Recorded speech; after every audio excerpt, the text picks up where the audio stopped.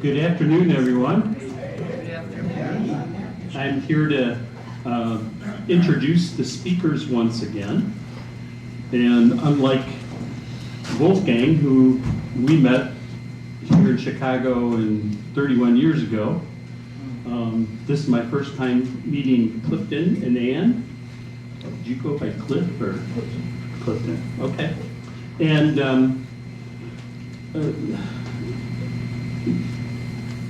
as an old or long time Theology and Peace, or in my case, both old and long time Theology and Peace person, just to read part of the script, but just to say briefly beforehand, when Theology and Peace started, we had this relationship with the Cover Conference, which comes next, which tends to be a little bit more academic.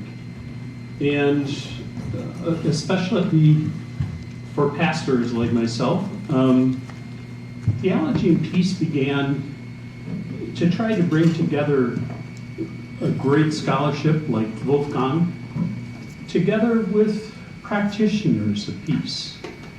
And, you know, I think this afternoon very much promises to be that practitioner part. You know, how to live this peace gospel out in our lives and everyday living and our various practices and walks of life. So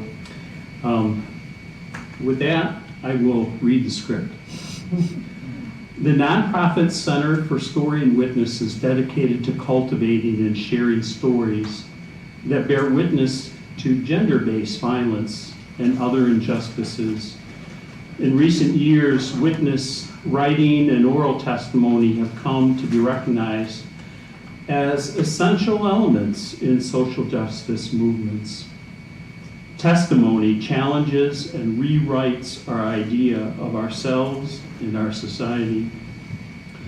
The Center's co-founders, Clifton Spargo and Ann Ream, will lead an interactive seminar detailing the Center's work and share what they've learned through their award-winning testimonial writing program.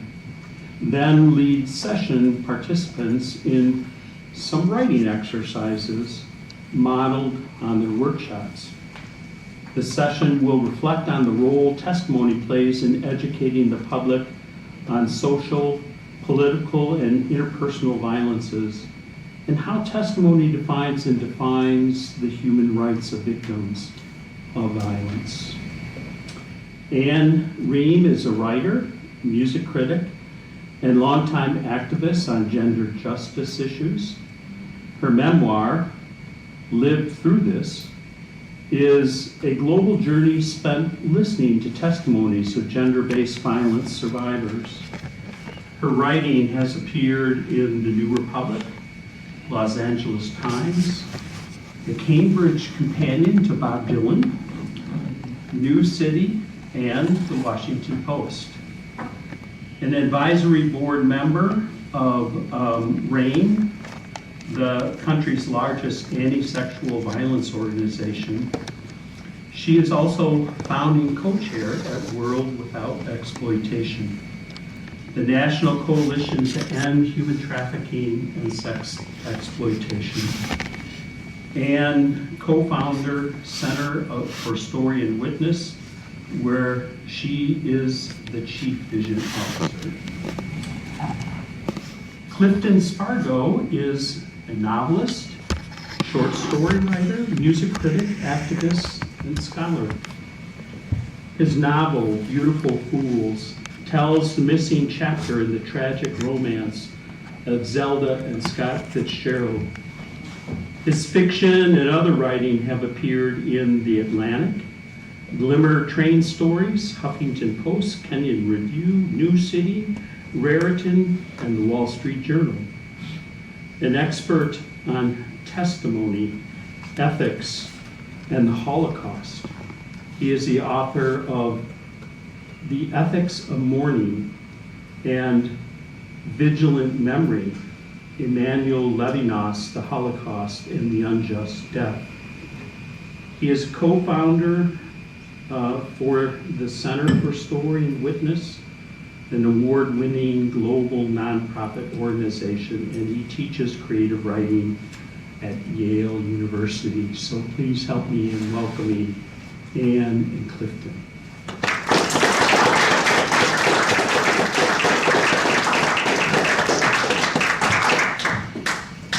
Thank you so much for the introduction. I just want to say a couple words of thanks. I want to thank Susan Wright.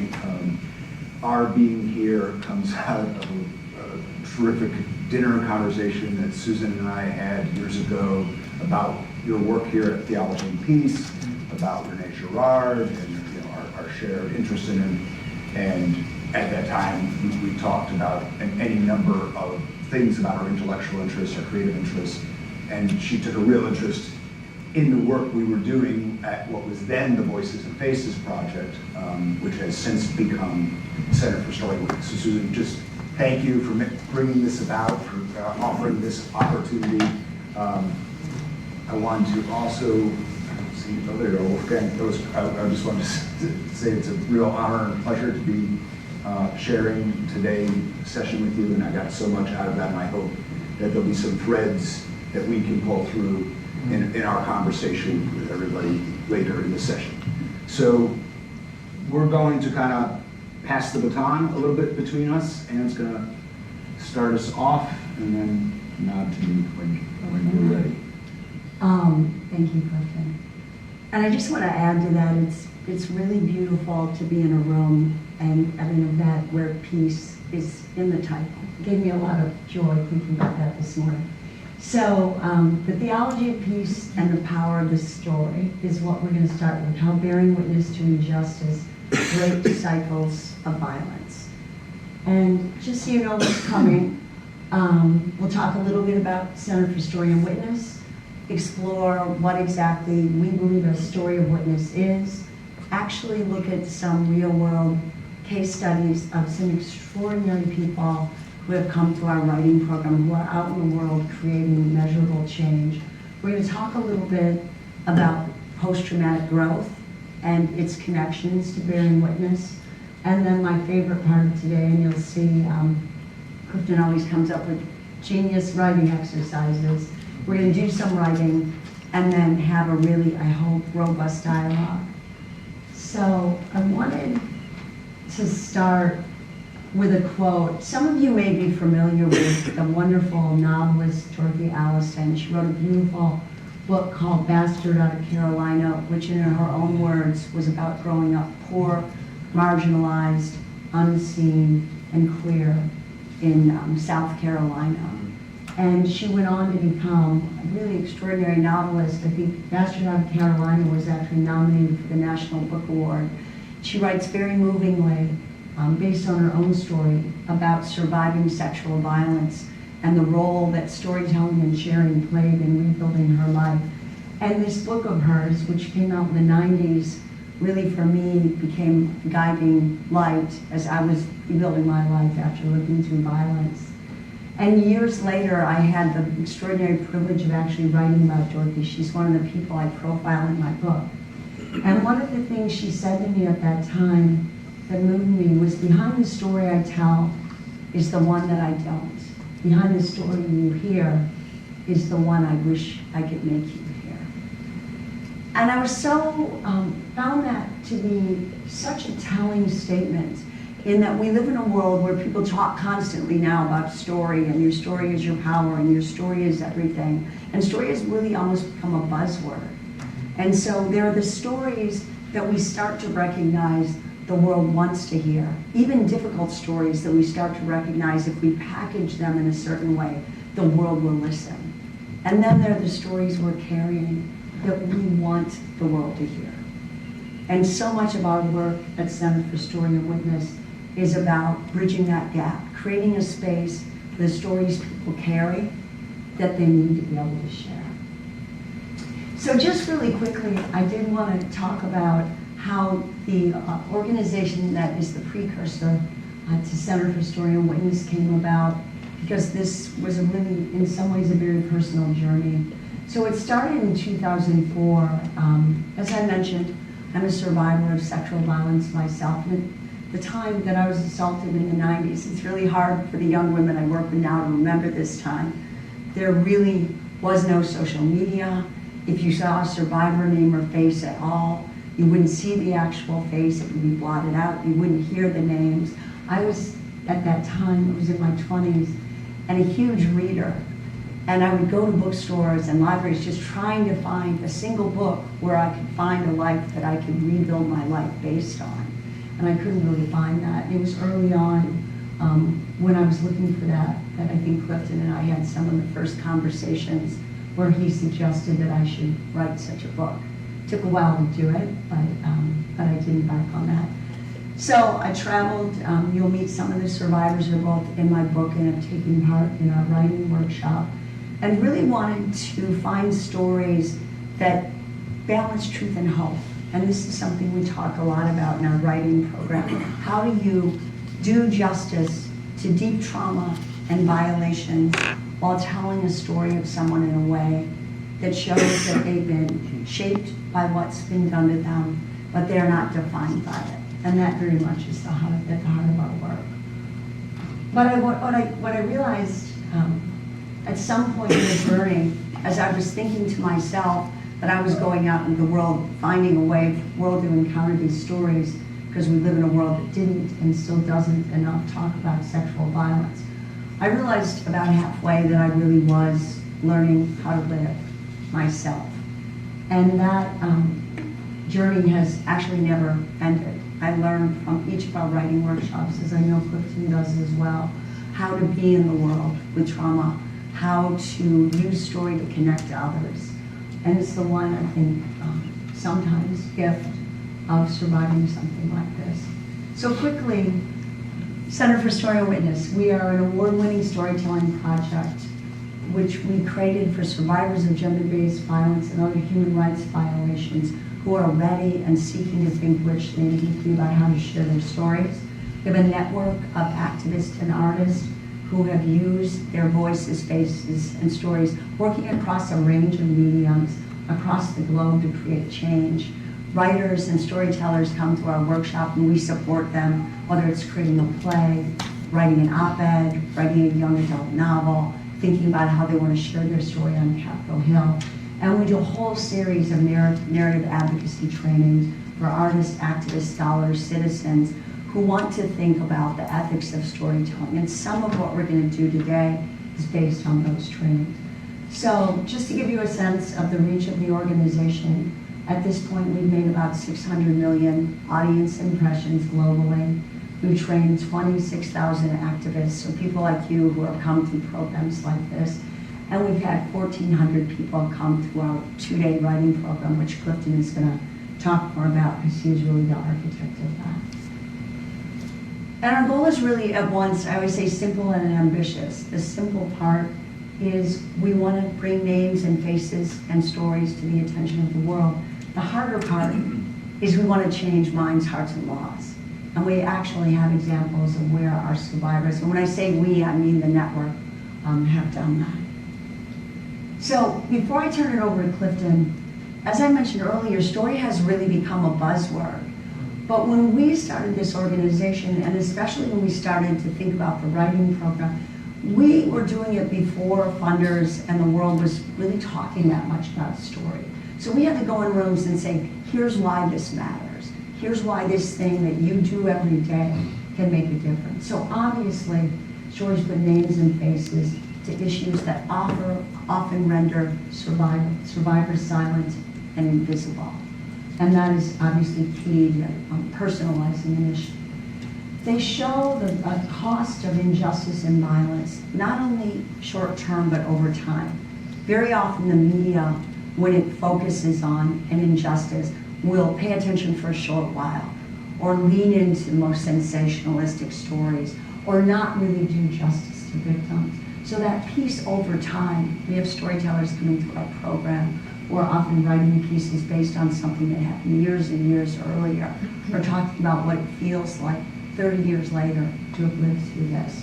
They also show other survivors what's possible in the wake of violence. You know, that when we see someone else who's come forward and shared their story, we can say, that could be me. And there's a really extraordinary growing body of research that shows that stories can be more powerful than statistics in changing minds, hearts, and laws. And having done a lot of lobbying for this organization, I can speak to that really specifically. Now I will turn it over to Cliff.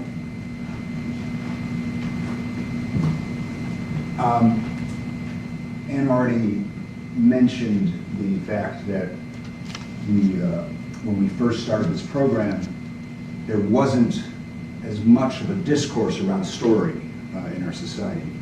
And that has become something of an advantage and something of a challenge as that's emerged. Because what I'm going to try to talk about for a few minutes here is just what a story of witness is and how that might have some properties that need to be distinguished from kind of this general discussion about story, and the idea that everybody has a story is kind of a useful construct, but also a story of witness is a particular kind of story. Why did we create our testimonial writing program for survivors of gender-based violence? Well, when Anne was writing, researching, and beginning to interview survivors for her memoir, and shortly thereafter started the Voices and Faces project, and I was serving kind of an advisory capacity as an ethics advisor for a while there. She was coming back from these interviews and talking about what the response she was getting, and I think it surprised her as much as anything that she had a lot of people saying, well, this is going to be a really challenge, a great challenge. You're getting people to tell very sensitive stories. I'm not sure they're going to want to come forward. But as she went into the field, there were just a lot of people hungry to tell their story. And it soon became apparent, right? There were only so many people who were going to make it into this book. And there were people who were telling her, I really want to find a way to tell my story. And that was part of the impetus of starting the nonprofit, the Voices and Faces Project. And at some point, when she and I were in conversation, I said, well, what would happen if we designed a program that would be modeled, a little bit on what you do in an NFA-style workshop, but for survivors of gender-based violence, and that would be trauma-informed, sensitive, but also rigorous, and was really trying to get people to develop their story in ways that enhance their ability to speak on the issue. And when we use the word testimonial writing, we are talking about testimony as along a spectrum. And I always say the first day of the workshop, if you come out of this having written all these exercises and found all these new ways to begin to explore your story, and the only thing you do is go and disclose to a friend, you testify, right? If you go and you speak at a public library, a mosque, a synagogue, a church, a Take Back the Night rally, you testify. Then we have other stories, which we'll share a few of, where people have gone on to write in all kinds of interesting formats. So when we talk about a testimonial writing program, it is to encourage the act of testimony, broadly conceived. So there was this hunger among survivors and witnesses to injustice to be seen, heard, and known, and Anne was a little surprised, but we were surprised by how broad that was. And we wanted this trauma-informed program for people to be able to explore their story. The interesting thing is we launched in 2011, but it took us, 3 or 4 years of writing grants. This is how much this culture around story has changed. Nobody knew what the hell, why you're funding this to get people to tell their story, and funders didn't have any idea what it was we were trying to do. It wouldn't make sense. So now there's all this buzz, and we got to make sure that we tell them what a story of witness is versus a story. But it is interesting how cultural context and cultural climate changes in a very quick way, and you do have a lot more of this environment in which people are trying to testify about injustice in individual ways. So what we do in a workshop, what's the experience like? And we're going to give you a little glimpse of it in the second part of this session. But in each weekend workshop. It's a 2-day testimonial writing workshop. We have a cohort of emerging and established survivors, witnesses, writers, and activists come together. And it also is a really cool part of this program that we have people come in with nothing but a GED background, never having told their story, and tell some of the most amazing stuff in the course of the weekend.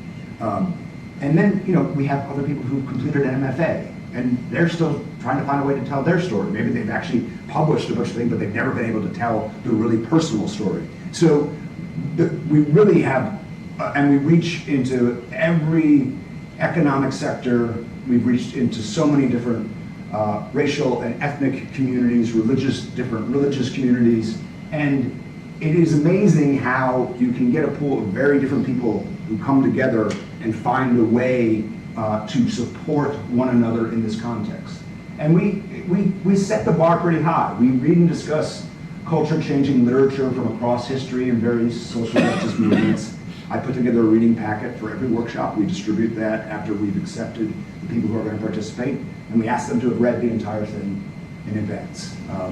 And just a basic principle there is we want models for what we're trying to do when we come together as a group. And those writings, right away we had the philosophy that even in a gender-based violence workshop, the writings weren't going to just be about gender-based violence. They were going to be about other forms of testimony as well. So we regularly feature Primo Levi and feature some other Holocaust survivors in there. Martin Luther King is in our packet almost every time. But we have Joy Harjo, the great Native American poet, Denise Lavertov, people may know her because she was a great peace and anti-war activist. Mahmoud Darwish, the Palestinian national poet. We feature other examples of testimony and kind of curate each time for what the audience might be. We can talk a little bit more about audiences that we started to reach besides the gender-based violence community as we progress. But then we have a structure whereby we will discuss some of the writing, and the discussion is guided by Anne and myself, and we're usually trying to get certain points on the table, but it's very open-ended. And then we have writing exercises that we design for each workshop. And there are always, a screen like this with usually 3 prompts, and they have to choose one prompt, and there's a designated amount of time.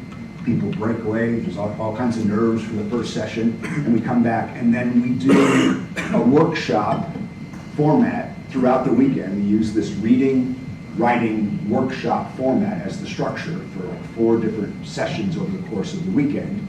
And everybody will get a chance to be workshopped at least once. I always say that they don't have to put, if you never volunteer for workshop, there's tons you're going to get out of the weekend. So we try to create that basic sense of just getting people to relax a little bit. It very rarely happens that somebody chooses not to share, but it's a voluntary. They decide when the time to share whichever exercise they've done is going to occur in the course of the weekend. And then Anne and I moderate the conversation. And basically, it's focused on, we're really, and it's one of the trauma-informed things about it, which we kind of discovered along the way, is if you get a survivor or a witness to, a very serious violence or injustice, to think about the technical aspects of the writing process, that actually sometimes alleviates some of the trauma of just trying to say, oh, I got to spill my entire story. No, I'm just figuring out how to do this one exercise right now, and then in a room full of people talk about what could make that a little bit better. So there is a lot of focus on what makes the writing powerful, and that is really the strength of the workshop. And as I say, trying not to get them to think so much about the result, the long-term thing they're trying to achieve, but just to stay with the story for the course of the weekend. And I think we always say too that, and this is something I just, as a teacher of creative writing, also say to my students as well.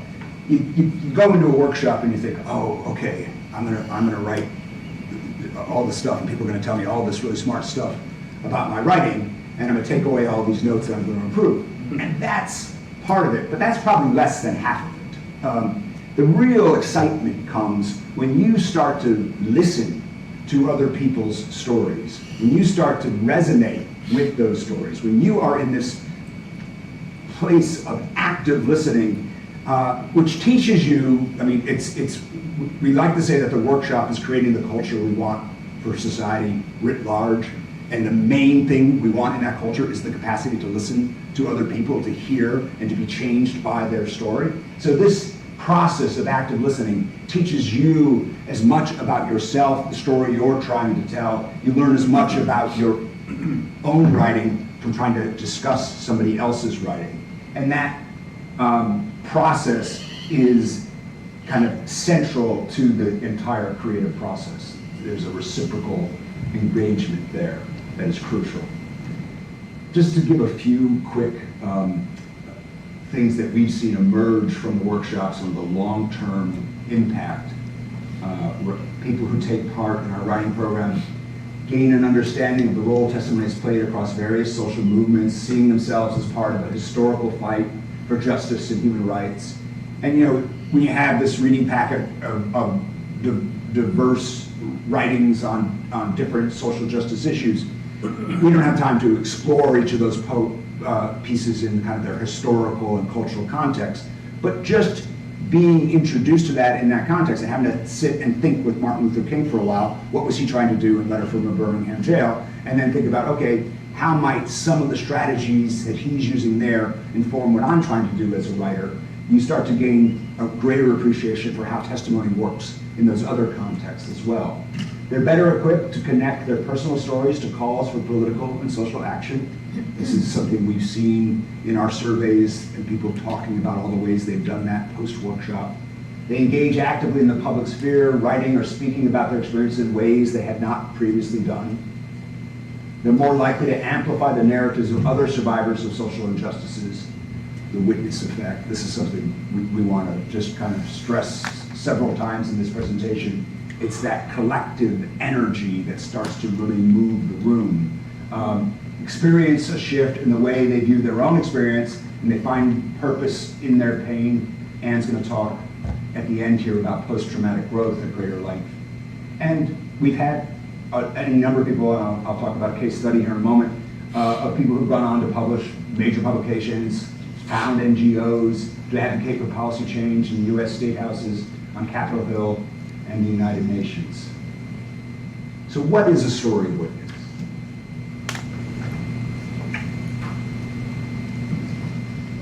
In a basic sense, and this idea of testimony, I like to say testimony is a language torn by its conflicting imperatives. And it's really, in a basic sense, it's a place in which, and if anybody knows the work of Giorgio Agamben, Remnants of Auschwitz, it's the place where testimony is the place where writing is in crisis. It's at its limit. It's exhausted. It's bound by the event of violence, atrocity, or suffering that can't be easily repaired. And it seems, if you read enough Holocaust testimony, for example, if you read, a memoir on sexual violence, there's a point at which the person almost can't bring the story forward.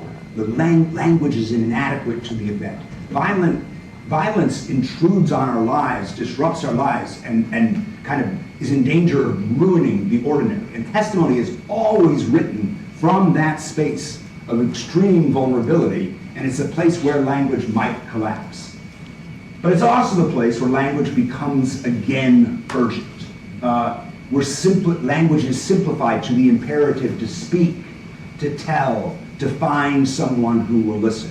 If you've read Holocaust testimony, you know that there are these moments that people had in the camps where they would just say, I'm going to live just so I can tell this story. And there were many occasions that they were taunted by Nazi guards saying, if you survive, no one will believe you. And really, memoir after memoir after memoir, and we see this in survivor memoir on gender-based violence, but you see this in survivor memoir about war trauma. You see this over and over again, that people in the most extreme circumstance, one of the things they want to do is to survive it, to be able to share it. They don't even know if it makes sense. They need to get it to the world, find somebody who will listen to them and help them sort through it. So language is about to be destroyed. It's at its limit, it's exhausted, and yet it's never been more urgent. And that is the crucial space that testimony always occupies. To testify is to speak on behalf of the other. This is the other crucial element. And sometimes in our very individualistic Western society, and you know, this is one of the things I'd say that starts to separate the story of witness from just the story, a little bit of the buzz that everybody has a story. The idea that your personal story is just your own, I think is a rather narrow one. And the story of witness challenges that pretty quickly. It's that process of active listening that opens up the process of story, but also there is a sense in which you're never speaking just for yourself in testimony. Primo Levi speaks of the Musulmaner, and this is a figure in the Holocaust camps, and it was basically the people who'd given up all hope.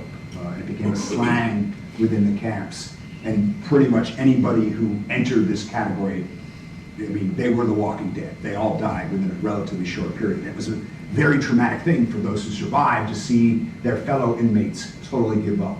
So if you read enough Holocaust memoir, you'll find this figure of the Musulmaner kind of haunting the pages of these ghostly figures who do not survive.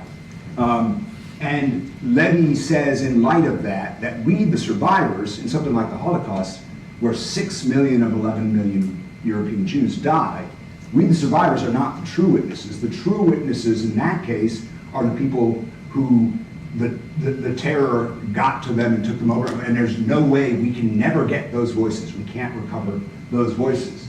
So there was this phenomenon people talked about a lot with the Holocaust, and some people, you know, psychoanalysis tried to rationalize it and you know, get rid of it in therapy, the survivor's guilt, that the idea that you shouldn't have survived was this pathology that people needed to overcome. But Primo Levi would say that that's a basic component of witness, is the feeling that there are others who may be, in the case of the Holocaust, you're testifying in the place of those others who cannot bear witness. And the Holocaust might be an extreme case, genocide situations might be an extreme case, but that really becomes true if you look at any social movement. If you look at Martin Luther King's letter from Birmingham jail, he's speaking on behalf of his young daughter. He's speaking on behalf of his young son. He's speaking on behalf of lynched black persons in the South. He's speaking on behalf of those who can't testify. A survivor of gender-based violence is speaking on behalf of her, his, or their experience, but they're speaking on behalf of the others who can't come forward. So that component is there, that true for all testimony about social injustice is never just your own story. It's testimony that's told to others, on behalf of others, and increasingly, we hope, with others. The survivor as witness testifies and speaks as a witness to her own suffering, and that's not to say if you're speaking on behalf of others, you're not also speaking for yourself. You are, and you're speaking on behalf of victimized self. I have a few more words to say about this in our last session about the relationship between the victim and witness, which I think can tie to, for all my Girardians here, can tie to some Girardian ideas. And speaking lastly on behalf of those who either can't speak or haven't had the occasion to speak for themselves. To listen is also to witness. There's another passage from Primo Levi about a dream he has in the Auschwitz camp. And in the dream, he's recounting the dream, and he's recounting this intense pleasure. He's with his sister. He was very close to his sister and her other friends, and he's testifying. And he says, it is this very story I'm telling. So he's telling exactly what's happening to him in the camp, and it's a dream he has. And he's there, and it's like, it's joy. It's a joy to be in her presence. And then they all turn away at the middle or the end of his story. And he asks this question, why is the pain of every day translated so constantly into our dreams in the ever repeated scene of the unlistened to story. And you had the sense that one of the most basic elements in the trauma of a survivor of violence is that fear that your story will never be received, that will never be heard. It's this added layer to it. When he recounts the dream to his best friend Alberto in the camp, Alberto says, yeah, we all have that dream. And so it's also a collective dream. They're all having it individually, but they're all filled with that worry, that despair even.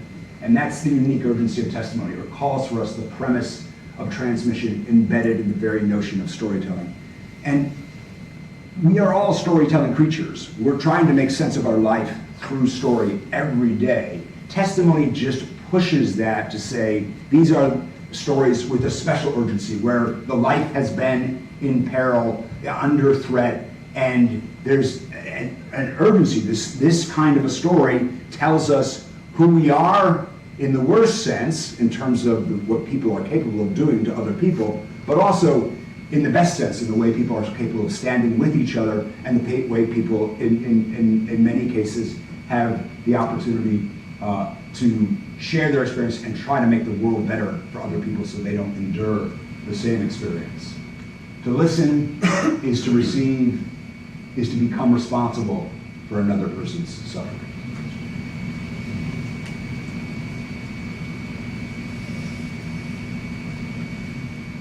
Sharing a story also makes it real.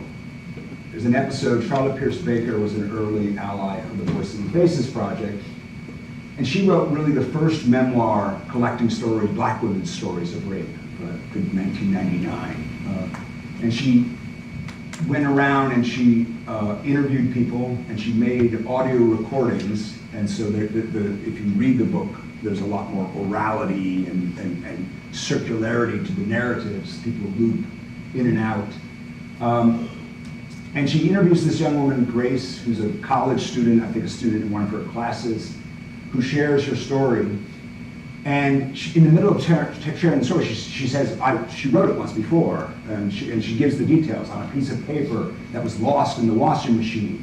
But I did write it. I wrote everything down, and it was in purple ink, I remember, on a yellow sheet of paper. And she insists upon this act of writing. There was this moment when I wrote before I told you, I had this moment. And then she says of the thing she wrote, before she lost it, I showed it to one of my friends who rode the bus with me back up to school. She started crying. And she was like, oh gosh, you know, this is horrible. And I was like, yes, I know, this is terrible, but I don't know what to do about it. And embedded in that memory of the piece of writing was the memory of one person being the audience of that piece of writing, right?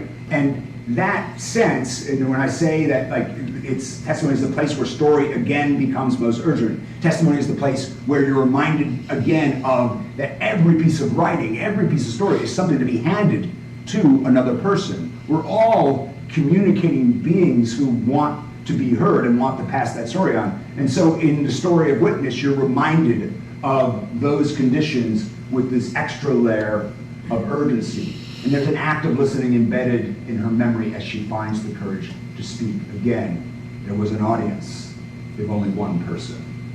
So let's just talk about a couple. I'll just do the first one, and then Anne will take over some of these real-world cases. And these are folks who we've worked with and have just, one of the joys of doing this work and one of the amazing pieces of doing this work is just all these beautiful people who come through your workshops, who go on to do amazing work in the world. Some of them it's just to tell their story for the first time in their family, like they've lived, and in some cases we have women who've lived 35 years with never disclosing their story. And they come away, and the workshop is the first point where they reach that threshold. And then they come away from that and they can tell it in their family for the first time. We have one woman who works on our project, in fact, who had that exact trajectory, and then she ended up being a volunteer for us, and now she's one of our team members. So we have all these amazing stories, survivor stories of people who have come through our programs and have gone on to do amazing things. And one of the first people here is Krista Desir. She was in our very first workshop, and I mentioned that it took us about 3 or 4 years to get the funding. We launched in 2011 at the Chicago Cultural Center. Krista responded. She had been trying to do some YA writing at the time, and she was kind of writing for herself. She had different projects. And on the end of the last day, I'd give an overnight exercise. At the end of the first day, I'd give an overnight exercise. And a couple of the prompts, there's always 3 prompts. One of them is always a little bit more challenging. The first time we offered it, I'm like, is anybody going to do this one? It had this kind of double move where you had to testify, you had to write from the perspective of someone other than your own gender and or sexual identity, about something they can't bring themselves to speak about. It had this like, 2 or 3 layers to it. And I showed it to Anne. She's like, that's good. I don't know if anybody's going to do that one, but that's a pretty good one. Well, Krista is one of the people who did it. There were about 3 or 4 others who did it. And she came back to workshop on Sunday, and we always do the overnight exercise. We do workshops on those right at the beginning of the Sunday session. And she had written this amazing piece from the perspective of a teenage boy whose girlfriend has been raped at a party. And it blew the room away. And it was just this incredible act of empathy. And it's funny, she didn't have teenagers at the time.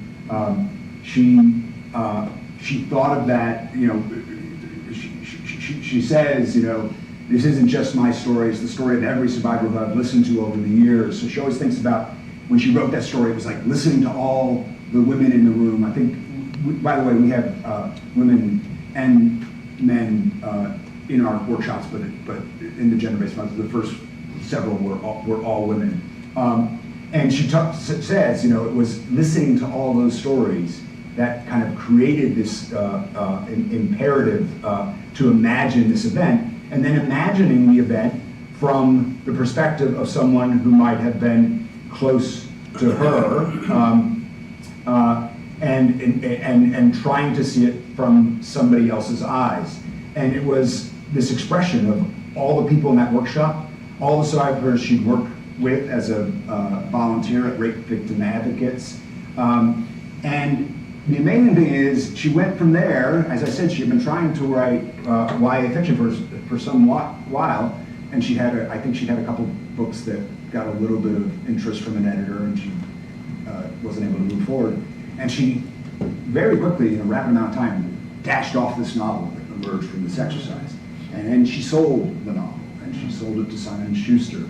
And she launched herself, and she went on to write several other YA novels. But one of the coolest things she also did, which was just an incredibly beautiful, generous act, because she is a beautiful and generous person, is she funded, with her advance, she funded our very next workshop. So she passed on the gift of that workshop to other people, and that kind of became an active principle that many people have tried to do in different ways, that oftentimes our alums are the energy to creating new workshops in new places. And she told the story both of the young man who was partner to the girl, and of the young girl herself, in this incredibly complicated, woven way, and it looked at just the way that kind of rape was a disruption in their lives and in their relationships, and the thing they tried to do to repair it together. She's also, since then, gone on to be a terrific editor, and she's worked with people in Source Books, which came out of Chicago, is now one of the hottest new presses. She's now moved from Source Books to HarperCollins, and she has her own imprint and supports writing, mostly in the romance and fantasy genre, but she's cultivated all these writers, and I don't think that she quite imagined that trajectory for herself when she entered the workshop, but the gift of the workshop was a way to help really launch her voice and find a purpose in her voice, and then she's shared that purpose with others. It's been an ally of the project ever since, but also has gone on to be a gift to countless writers who are, some of them, you've encountered, because she's got people who are on the New York Times bestseller list. She's had beautiful success. So, it's funny when Clifton was sharing that story about Krista, we always say, that was literally our first workshop, and that set the bar a little bit high. But not in a bad way. But just to reiterate the point he made, that speaking our own truths, I think for a lot of survivors, we come in the room with that initial impetus. But you see early on, because once you share, others share with you, that you become the carrier of this extraordinary body of stories. So sharing the stories you've heard, or that have been shared with you explicitly by someone who says, I'm not ready to do this myself, but I want you to do it with or for me, is quite a gift. So I'm going to share a second story. Benita Carter is, many people would call her the mother of the anti-trafficking movement. She herself was a survivor of sexual exploitation, and she recognized early on that the only thing that got her out of what was often called the life was that she had a place to go, where she had shelter, where she had food. I believe, by the way, the first 1 or 2 places she went to were faith-based organizations, so I wanted to bring attention to that. But she recognized early on that no woman can exit the sex trade without a place to go, without a way to make money, without a society that's economically just. And so up in Minneapolis, she started the very first, I think, full-service shelter called Breaking Free for women who are survivors of trafficking. And she took part in a writing workshop we did where it was primarily survivors of trafficking. Benita's been really active on the release of the Jeffrey Epstein files, along with the organization she works with, World Without Exploitation. So one of the really beautiful things you could see in the workshop when Benita was writing, and I've seen over and over again with Benita, because I've had the privilege of lobbying with her on Capitol Hill, is she never just shares her own story. She uses her own story as a window into a world where these injustices are happening to millions of women and girls. And she often will remind audiences, she's won a lot of awards for her work. She's a wildly charismatic, powerful person, and she's founded this really extraordinary organization. So there is the temptation when she's in the room for people to say, you're amazing, you're heroic, look at you and you and you. Now, she is amazing, and she is heroic. But she basically said to me one time, and I never will forget this, when I see a hurting woman, I realize that I could have been her, and maybe with the right help, she could be. And there's something so moving about that idea that we stand here because someone met us with grace and love, and that we recognize that someone else who is struggling may not have been offered that grace and love. So a few things we can learn from Benita. When we're sharing our own stories, we certainly make these principles of our writing program, make them me a we. Audiences need to see the universal in the personal. I learned that early on in my own storytelling and my own work, that the more often I can say, yes, I lived through this. And yes, if you're moved by me, I am just a drop in a river of stories. Connect the dots. When you're using a story to raise awareness to a social injustice, one of the things Benita does really well, when you're in this movement, we do a lot of work in this movement, you start to recognize the connections between, for example, racial injustice and commercial sexual exploitation and sexual violence. And we start to forget, because we're always in community with one another, that the rest of the world doesn't understand that. They don't understand the connections between a young, poor black girl meeting an industry ready and eager to exploit her because of the lack of opportunity that may exist in lives when people are economically or socially marginalized. So Benita always connects the dots.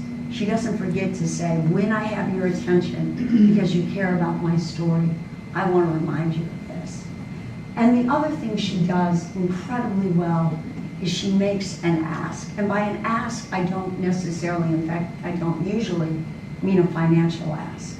I mean that when someone is moved by a story, whether they're hearing it from the pulpit, or they're hearing it at a dinner party, or they're hearing it when you're talking to them at an event like this, if someone is moved by a narrative you've shared, ask them to engage. There is never a moment people are more open to taking action than the moment when a story opens their heart up. I was really excited to bring this particular story into the room because it was one of the first major projects we worked on with a faith-based organization. Some of you may be familiar with Tear Fund, which is based in the UK, very connected to the Anglican Church. And they work on a revolving list of the 40 most at-risk countries across the globe. I encourage you to get to know them. And they were, at the time that we partnered with them, they were working in South Africa, and specifically in Durban, South Africa. And at that time, and it's still close to true today, at that time, debatably, South Africa had the highest rates of rape and sexual violence in the world. We did this program in 2014. And Tear Fund had been working in community with a group of women who had been incredibly activist in working to tear down apartheid alongside men and boys and the religious leaders in their communities. And what these women and girls were saying, and by the way, none of these women and girls we worked with had ever gone forward publicly to share their stories. What they were saying to the folks at Tear Fund, and they started to say when we came into community, is the African National Congress and the Anglican Church worked mightily to tear down apartheid, but they are not doing enough to end gender-based violence in our community. And because they're not doing enough, and because we recognize the role that story had played in bringing down the apartheid state, these women made the brave decision to say, we're going to come forward to share our stories. Now, Tear Fund made two decisions at that time. One, they recognized that when you have a community of 8 women, I think it was 8 or 9 women, who are sharing their stories for the first time, that there is a moral imperative to create a space for them to reflect and think about, how do I want to share my story? What story do I want to hear? What do I want to share? What is my end goal with this? And so we built with them a 10-day program, which was a combination of retreat, writing exercises, times of reflection on the way they wanted to share this story, the stories they had to tell, discussion about the political dynamics on the ground. And this was all in preparation for a talk that these women, these 8 women did.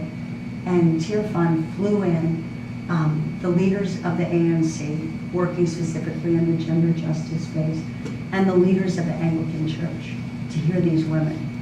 I laughingly tell a story because the key team that was working on this particular program was myself, a Buddhist, and a Jew.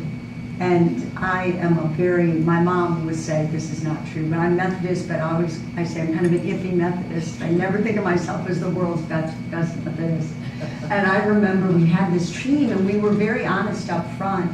You know, we work closely with faith-based organizations, but this is the team that's going to be working with. And we had an amazing experience on the ground. And when Bishop Margaret, who was Bishop Tutu's heir, came and met myself, Katie, and Patricia, who was our Buddhist, she looked at us and said, the Trinity. Which was a really beautiful moment. And just being in the room, by the way, with Bishop Margaret and the leadership of the African National, or the Anglican Church, I have to say, deepened my own faith.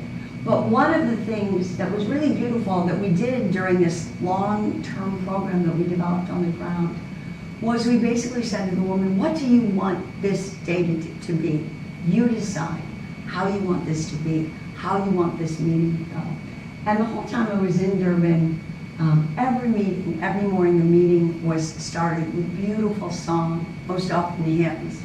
And the women decided we flew the leadership in, and they did two things. They decided they would walk in the room singing Kumbaya, which they did. And we had done a writing exercise that Clifton had come up with, which was write a powerful statement you wish for the world to know about violence you've lived through from the perspective of pain.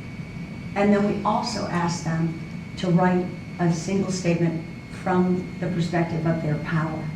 So they walked in, I don't know how easily you can read some of these statements, but domestic violence is like dying inside. Being raped is a knife through the heart. I went to the police. They did nothing. My rapist, my husband. They had statements like this, and they walked in singing Kumbaya. And then they turned these signs over. And on the back, they had statements like, I want to be the voice for the voiceless, or I will not be silent any longer. This was not my presentation. As you can see, this was their presentation. And I had this beautiful gift of being in the back of the room. And there was not a single dry eye in this room. You had political leaders, religious leaders who had not paid enough attention to this issue, sitting up straight and paying attention. And so that was a setup to several of these women sharing their own stories. They had written and thought about what they wanted to share. And then we brought leadership. I think we had 8 tables, and each of these women moderated a conversation with these leaders. So they were the leaders in that space. All of this is by way of saying, when you're working in community, as Clifton mentioned, story has become such a buzzword. And so people want to share their story, and they're often ready to share their story. But if you're working in community with people who are saying that I'm ready, create the space for them to think about how to do that safely and well, and let them lead the process. So the other thing I learned that is really kind of an organizational principle for us when someone wants to encourage storytelling in their own community is that if you're going to ask people to take this extraordinary step of writing or speaking really difficult truths, you owe it to them to try to get people in that room who can create change once they hear that story. So think about how we connect audience to story. And that's something that's really sacred for us organizationally. I'm going to just talk briefly before Clifton leads both the writing exercise and some further dialogue. Pardon, or we have a break. Forgot to mention the most important part. On post-traumatic growth and this idea that we can find power in our pain. And I have to say a lot of this, a belief in this kind of came out of my own experience having survived violence and the things people would say to me that were profoundly unhelpful at that time. God wouldn't give you anything you couldn't handle. Yeah. There's a plan in this. You know, you don't understand it yet, Anne, but this is part of your destiny. Those are all literally things people would say. And so it got us organizationally thinking, what are the things that we do and can do in the day-to-day that encourage post-traumatic growth and stand in the way of it? So I want to start with what is in some ways almost a countercultural premise, that we're greater than what's been done to us. And that doesn't mean we're not damaged by what's been done to us, or we don't suffer with what's been done to us. What it means is every human being is intrinsically more. This was a workshop Clifton and I did. It was actually the first workshop we did with refugee girls from across the African continent. So Clifton developed a whole curriculum for young girls. They did have English language skills. They were from, I think they represented different countries in that room. Almost to a girl, the girls in this room had witnessed the murder of their own parents based on the regions they had come from. They were all not only refugee girls, they were girls who no longer had families. We learned a little bit about their stories. We work with very traumatized populations, and it's always, as a principle, we don't compare forms of trauma. But I think it's safe to say this was one of the most traumatized rooms we had ever gone into.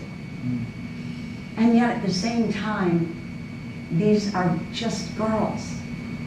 And so we developed this writing program, and you can see how much joy and resiliency is in that room. So I want to talk about post-traumatic growth, and first by way of definition, a positive change experienced as a result of the struggle with a major life crisis or a traumatic event. Again, it doesn't mean it happened for a reason. It never should have happened. But the question becomes, what do we do with what has been done to us? Post-traumatic growth, at least if you view it through a very ethical framework, doesn't deny the existence of trauma. It basically posits that painful events can yield positive changes, can being the operative word, allowing us to better understand ourselves, others, and the world. And that is the one gift that I've seen in my own life. Most often, these are two of the women, by the way, from the program that I told you about in South Africa. Most often, post-traumatic growth doesn't emerge instead of post-traumatic stress disorder, but alongside it. And that's a really, I think, as theologians, as caregivers, as teachers, as activists, it's a really important thing to reinforce, because there can be a feeling, and I sometimes see it in our workshops, of I want to be the strong person. I want to be the person saying me too. I want to be able to say I'm the hero in my own story. Most survivors, most of us, when we're honest, say that deep pain and trauma coexist with brokenness and strength. And brokenness and pain. And we need to provide that space while saying the kind of growth is possible. So, signs of post-traumatic growth: a deeper appreciation for life, more authentic relationships with others, a renewed sense of possibility, greater resilience, and a deeper sense of the spiritual. Spiritual is a word that is very, very inclusive, and we see different forms of faith or spirituality in our workshops. But what I have seen when people start to think about what do I do with the pain that is a part of my life, is that sense of connection to the spiritual.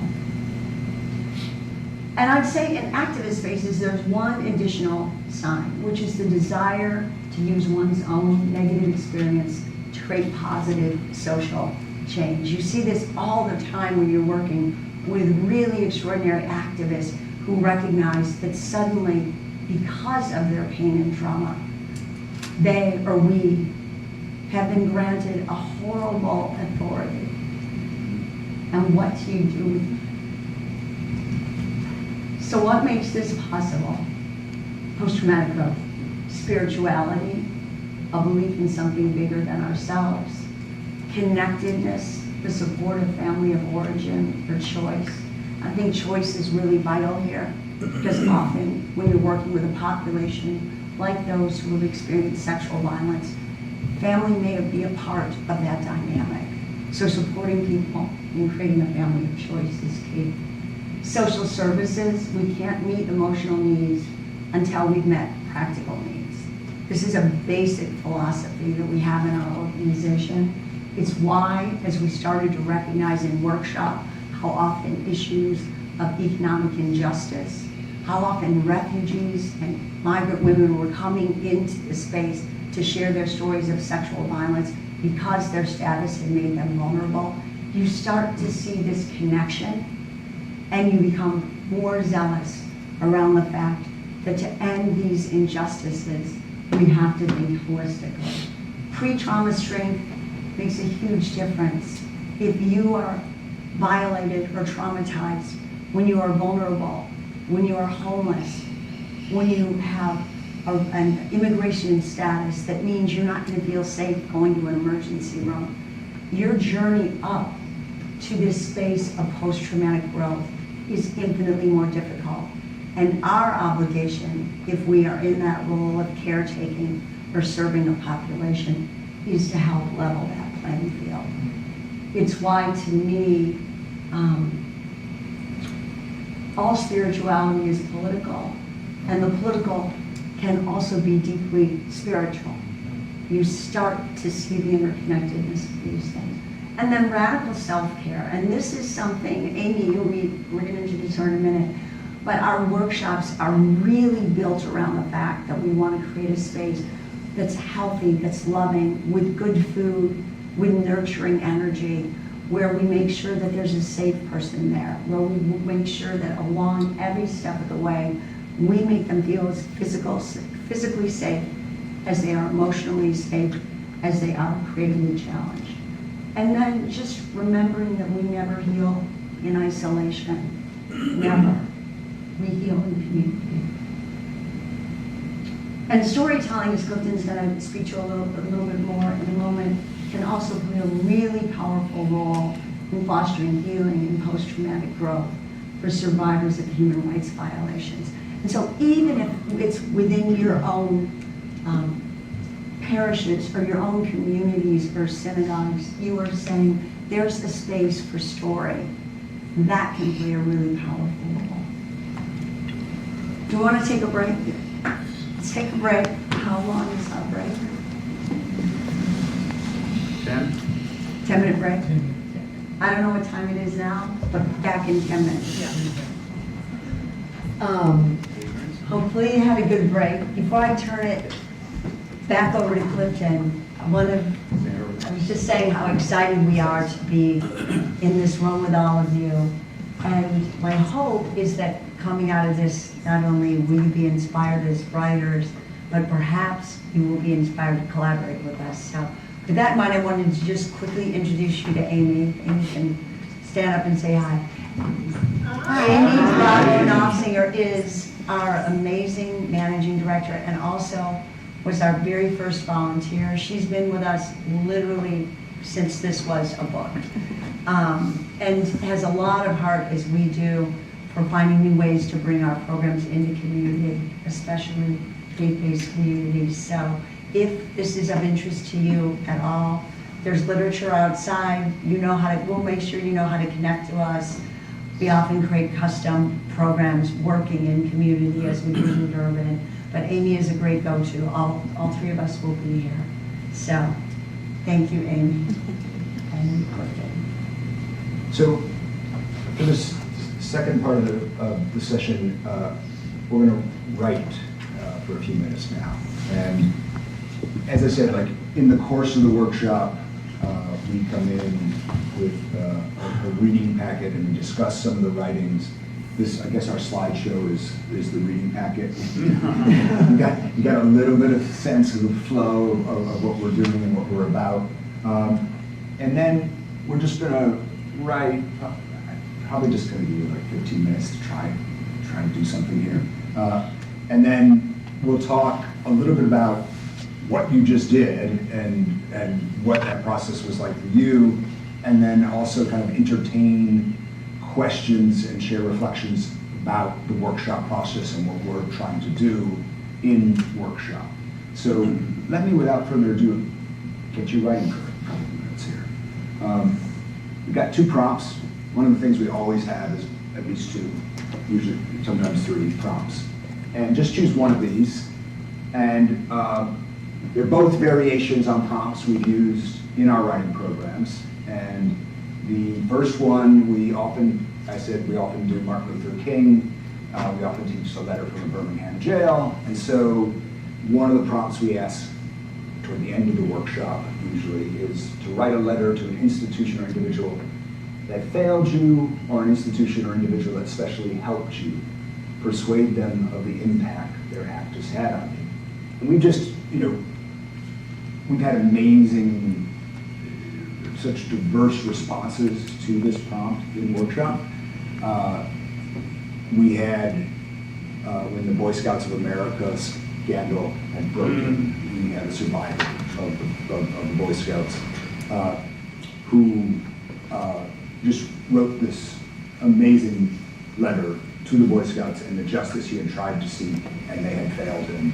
And he kind of just chronicled it but in this, just this very simple, like, this is my story, and you didn't want to hear my story. It was one of the most powerful letters I've ever heard. We've also had these amazing letters about people who helped someone. We had this one letter from a young woman. Every time I think about the letter, I get teary-eyed. She was raped in a public, like a parking facility or something like this, and she came running out afterward, and there was just this guard working the facility, but he responded to her with just huge compassion, gave her his coat and stood with her until they called people, and she just wrote this amazing letter, and she was so traumatized, she never got the person's name. So the letter just began, to the security guard whose name I'll never know. And it was just a chronic, it was just a narrative of, this is the humanity he showed me in my worst moment. And it made that moment endurable. Option B, in a single episode, a day, several hours, kind of use the Aristotelian principle of unity of time. Concentrate to a single episode, a day, several days, an hour, write about a traumatic or difficult event you have experienced from the perspective of someone close to you who was affected by it. And we often use little variations of this kind of a prompt. We did a version like this. We have a special program for returning citizens called Testimony and Transformation. We did a version of this prompt, and it was amazing getting these narratives about their, first being incarcerated, or about the young son who has to visit someone in prison every day. So someone close to you who was affected by the experience. It could be a friend, a parent, a sibling, a neighbor, a significant other. And then just try as much as possible, use our imagination. It's our creative gift that binds us to enter imaginatively into that person's experience and how they understood what happened to you, the ways in which they helped or didn't help you, and how their life changed with yours. So if I can ask you just for the next 15 minutes, take a stab at one of these two and see what you put on page. And then we'll talk about that experience of writing and sort of what you were trying to articulate, and we can connect it to things we do in the workshop. So I'm gonna plan? Okay. Get writing. We'll give you a 5-minute warning. It's 3:28, we'll go to 3:43. 3:45. Give them 2 extra minutes. Each other. All right. This is what she does in the workshop all the time.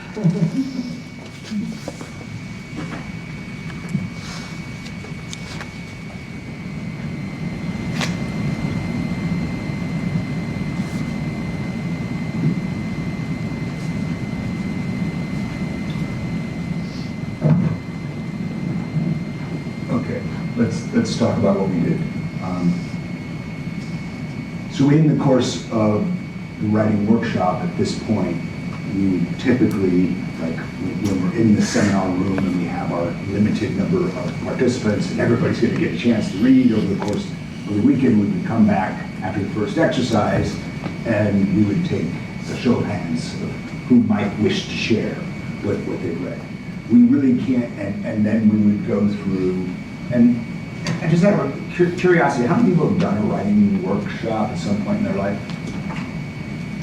Yeah, it's a good number of people in the room. And, we use basic workshop principles. One that people always struggle with, especially if they're newer writers, is once you read the piece, right, you don't get to talk about it anymore. And there's a great impulse to want to explain. And there's good reasons, kind of philosophically, from a pedagogical standpoint, why you don't do that. One is you'll never get through a story, but also you have to kind of trust the writing at some point and trust what you put on the page, and entrust it to an audience. And a workshop is this first environment of audience. What we try to do is create this trauma-informed space in which, if this is the first time you've ever shared this story, you have an audience that is a model for what the audiences we want to create in the world might be. And so we then go through some of the bases of a workshop process. We deliberately set a tone, which for those of you who've done a writing workshop, I don't know where, but if you did it at a cutthroat MFA, it's very different from what our tone is. And I actually think that has a place. I mean, I did the Iowa program that got nasty at times, but that's not the environment you want for people who are survivors of violence. So you want to create that condition of you're heard, you're supported, and we can also keep working on this. We can think in community collectively, like, okay, if this were my story, here's what else I might do with it.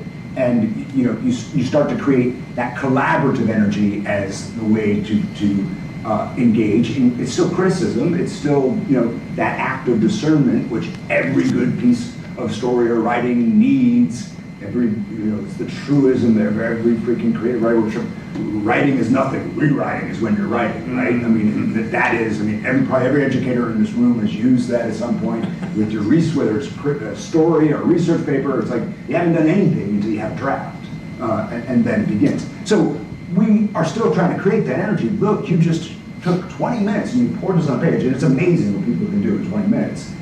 But that's just your first spill, and let's talk about it.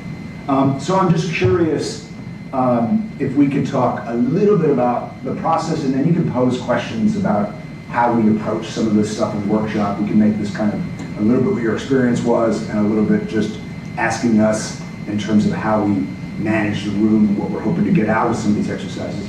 But did anybody, this is, we just asked you to kind of get in there and do a witness story about something probably pretty difficult. So did anybody just struggle to get out of the gates and not know what you wanted to do and thought this was a kind of writing, this is just really alien to me? And then what was the process there in terms of, if that was your gut response, where did you get after that? I really like the prompts. I knew with my headspace, the best thing I could do with my time was to just make some lists about what would categories be of A and categories B of B, and to start to build frameworks for thinking about what might be a longer response to both of those prompts. So thank you. That's great. It's great. So you took that funky list. That stage of brainstorming, getting ideas on the page. I don't know what things I'm going to work with, but it generated some possibility for you. Yeah.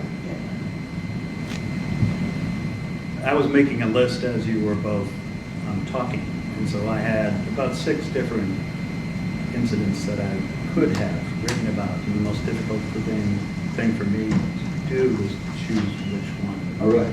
And I chose the safest, I have to say. Which prompt was it? Did you? Number 1. You tried or A. Did you try a letter? Did you take any What was your? That was deeply cathartic.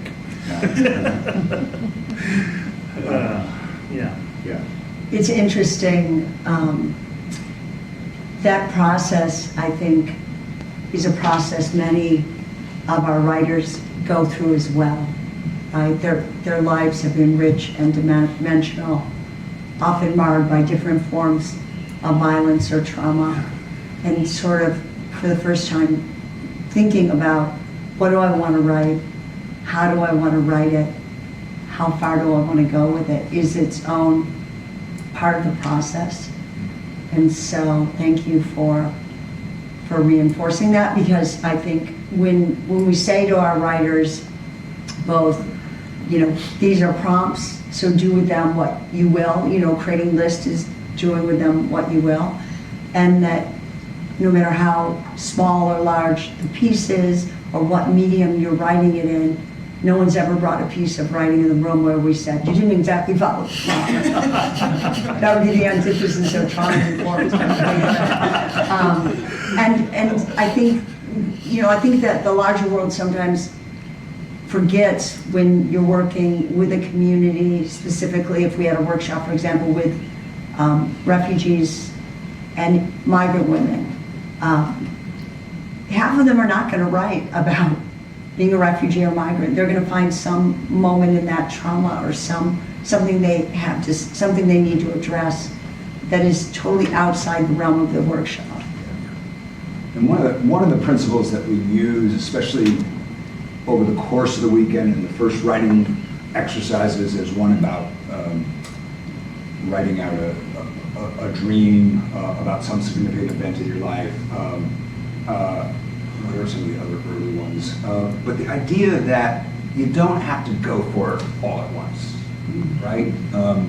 Come in a little oblique, come in on a slant, get one piece of the story, that one, we have one that's a day about surviving trauma, but you can't go into detail about the trauma itself. You never name the trauma. Yeah. So it's like, what did, and somebody, it was hiking a major mountain. Somebody else is like learning piano for the first time, right? But that is like, that's still part of this experience of processing an event, of moving through it and finding some of that post-traumatic growth. And so one of the things we like to do in the workshop, and it was a really important principle for us early on, is to try to get people out of the traumatic overload response. Because if you just go in there and say, okay, tell us your story, like, you get an avalanche, and it's going to be hard for, some people might already be capable of telling their story and they're already there. Other people are going to be a mess in trying to tell a story, and then everybody else is going to have a response to that person struggling to tell their story. So you have to kind of think of this strategically in terms of how to teach in that situation, but also in terms of what you want as a result. And far better to get an exercise where they just, take off a small chunk, get a small episode, get a window into an idea about themselves, and then start to feel empowered by that moment. It's like, I can do this, I can do more, I could keep going with this. So that principle of the oblique, I think, is really important for this kind of a workshop, is try to find ways that they don't feel they have to tell everything at once, because that's just not possible for anyone.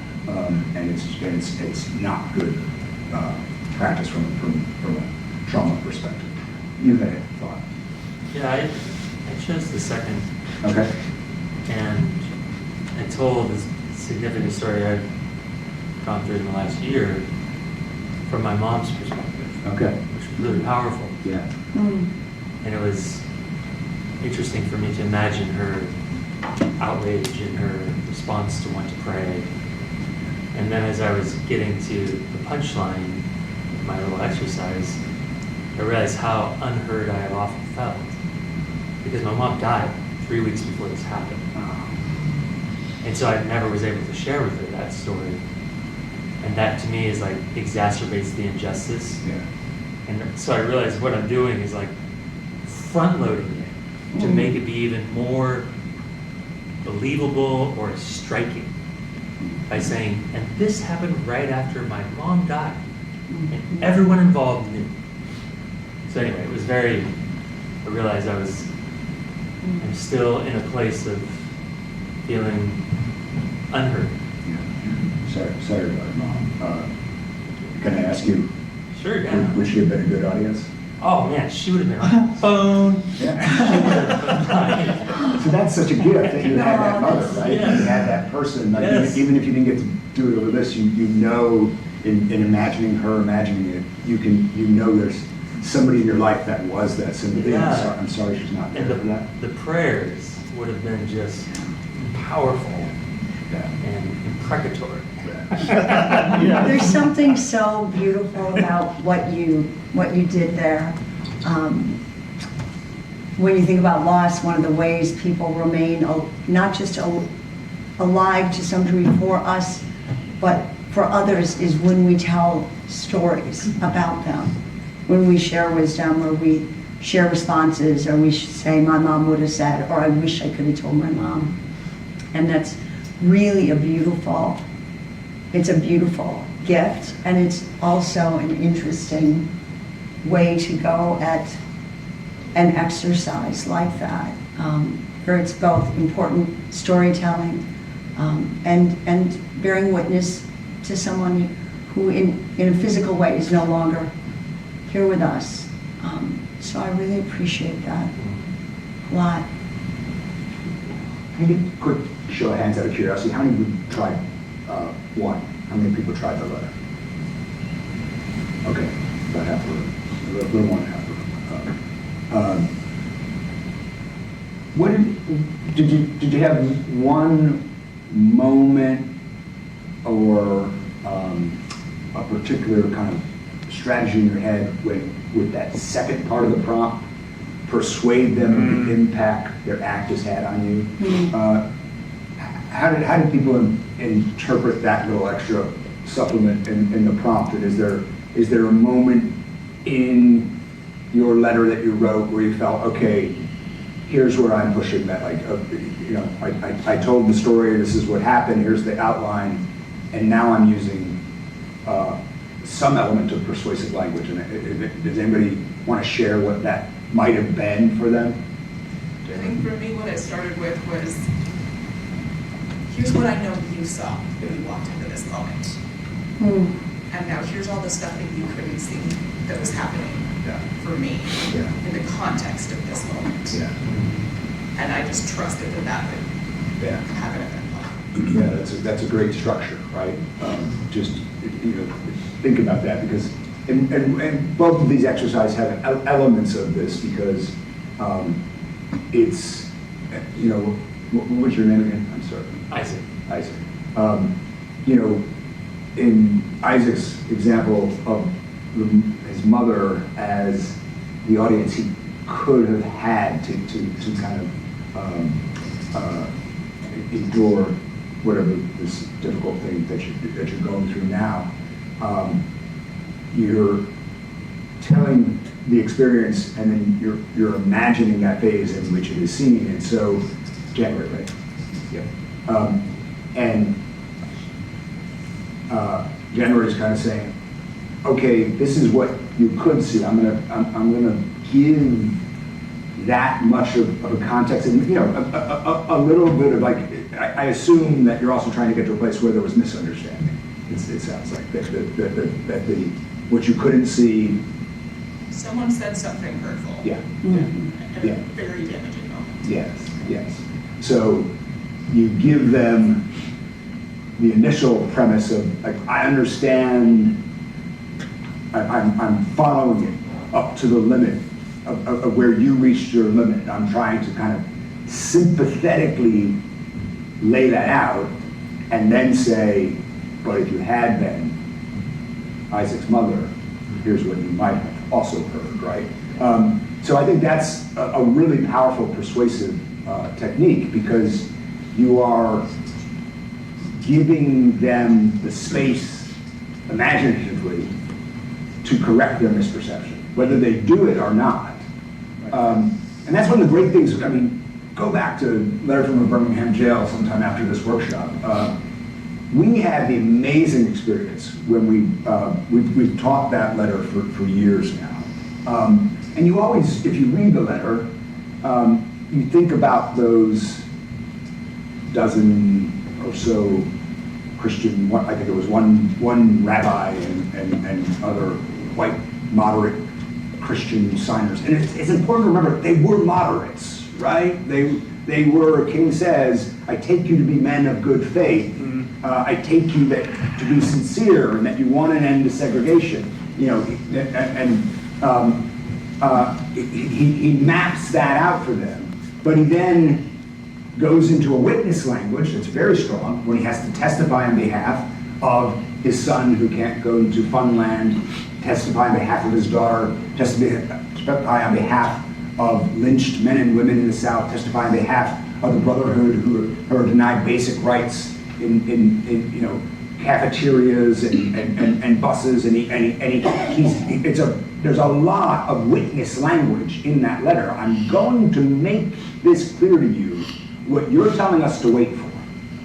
You're telling us to wait while this happens to us. And I'm going to make it clear what you're not seeing, which is kind of a strategy you were using. You say you're sincere, you say you want the same goal, but I got to tell you, if you're looking at what we're going through, if you're able to see with the eyes of a witness, you will realize that you can't put the clock on another man's freedom, as he says, right? This is, and then he has that great line where he lays down, throws the gauntlet. He says, I've often thought that the great enemy of, I forget what the phrasing is, but is not the Ku Klux Klaner or the white counselor. It's the white moderate. That's the great enemy of change. That's why we're not changing. So he puts the challenge there, and either become this new thing or you're not seeing. And you're not, and he uses biblical scripture, he uses secular tradition, but he uses a whole layering of witness, and he makes that demand. And we had this experience, a remarkable experience, in one of the workshops we did in Milwaukee. It's over a decade ago now. It's probably about 2014 or so. That a woman a black woman in her 60s, would have been in her 60s by then, said, I have to tell you people that my pastor in the black church that I was raised in was one of those guys who wrote the letter. And so it was, and she told his story. He was just an amazing minister who had spent most of his life working in a predominantly black neighborhood, black church. And you have to say, here's the person who changed. I mean, we don't know the story, the arc of that change, but in some ways, you have to believe that he heard some of that call, and the letter creates the space. It creates the demand, but also creates the space for change. So, what January is doing there, being able to see where they reached their limit and how they then failed to see what else they needed to see to come to true understanding, that maps it out, and it starts to give you, like, you made a choice in not seeing. And here's, an opportunity, if only imaginatively, to begin to restore some of that balance. And so that's a great persuasive tactic, and it goes to the heart of both these exercises, which are about how we start to create that possibility of witness in the audience, and not think of it just as this singular act of expression, but it's also in the possibilities we create for reception. Is everyone in the room familiar with the letter from the Birmingham jail? I'm reading it right now. Okay. Yeah, I was going to say that was really one of the most beautiful things about this woman whose pastor had written the letter that King was responding to, that because we had said for years, do you know who these ministers, like, what happened with them? And then finding out even it was just one person whose life was profoundly changed, and he went on to profoundly change other lives. It's quite lovely. I was thinking also, January, when you were talking about your piece, that in a way you did a hybrid of these two. It's a point of view exercise. But one of the things that I think often when we are told to see it from the other person's perspective, there's some implicit, and then you'll understand, or then it will make sense. Sometimes the other person's perspective will never make sense, or will never be okay. But just having the courage to go to that space, to just as a writer, to be able to write and represent that space, is its own kind of very brave, potentially very healing act. And I think too often that idea of, just think of it from their point of view, is reduced to kind of a cheap and easy device for forgiveness or understanding, or push it away, or just move on. And we always say in workshop, none of this is about that. All of it is going to that space and writing well from that space and deciding what you want to make out of it. And the other thing that witness writing is always doing is, to get a little closer to some Girardian language, right? It's always modeling other possibilities, right? So as January writes that letter, that person who failed her and failed in understanding, maybe you're writing to that person, maybe that change isn't going to occur in that person, but if you share that writing with other people, they might see the better path for themselves. Maybe they recognize some of their own habits, like, am I not creating that space for other people to tell their full story? Am I cutting them off? Am I jumping in too quickly? Or maybe is this something that's a little uncomfortable? Like, this is a little bit like my experience with so-and-so. Maybe I need to go back and repair that experience, and it's going to model something for some other way I'm going to be. And I think that's the important thing about witness writing, is that's why that speaking on behalf of another is speaking on behalf of the others who are in like circumstances, is speaking on behalf of yourself. As there's a little bit of a paradox there, right? But the witness is a witness to. In a survivor, the survivor is a witness to their own victimization, and it's important. One thing, I think we're just going to kind of slide into general Q&A here in a second. There were a few other things I was going to say. I'm just going to fold a few of them in when I get a chance. But one of the things I wanted to hit on was this idea is we are in this space. If you think about, there's a long tradition in Western culture, and this is where Girard is relevant, of focusing on individual agency, individual possibility, and it makes us categorically uncomfortable with victimization. Like, it just is this radical truth that has such a long history. And then if you think about it, we're in this extended moment, and it's not just Trumpism. It predates it by quite some time. Have any of you, I've charted this for a while. I nod to it in my book, Vigilant Memory, on Levinas, because it's a chapter on the victim. But this kind of started in the 90s, and it just keeps mounting. We've now got this whole slang around victimization, where it's a pejorative, right? Don't play the victim. She's such a victim. People just say she's such a victim, and she. And what do they mean by that? Like, she wills bad things to happen to her. They can say that about people who are real victims. They say it about people who are just in scrap and fights. So the slang can be attributed in all different. I can't. The number of sportscasters who say somebody's playing like a victim at this moment.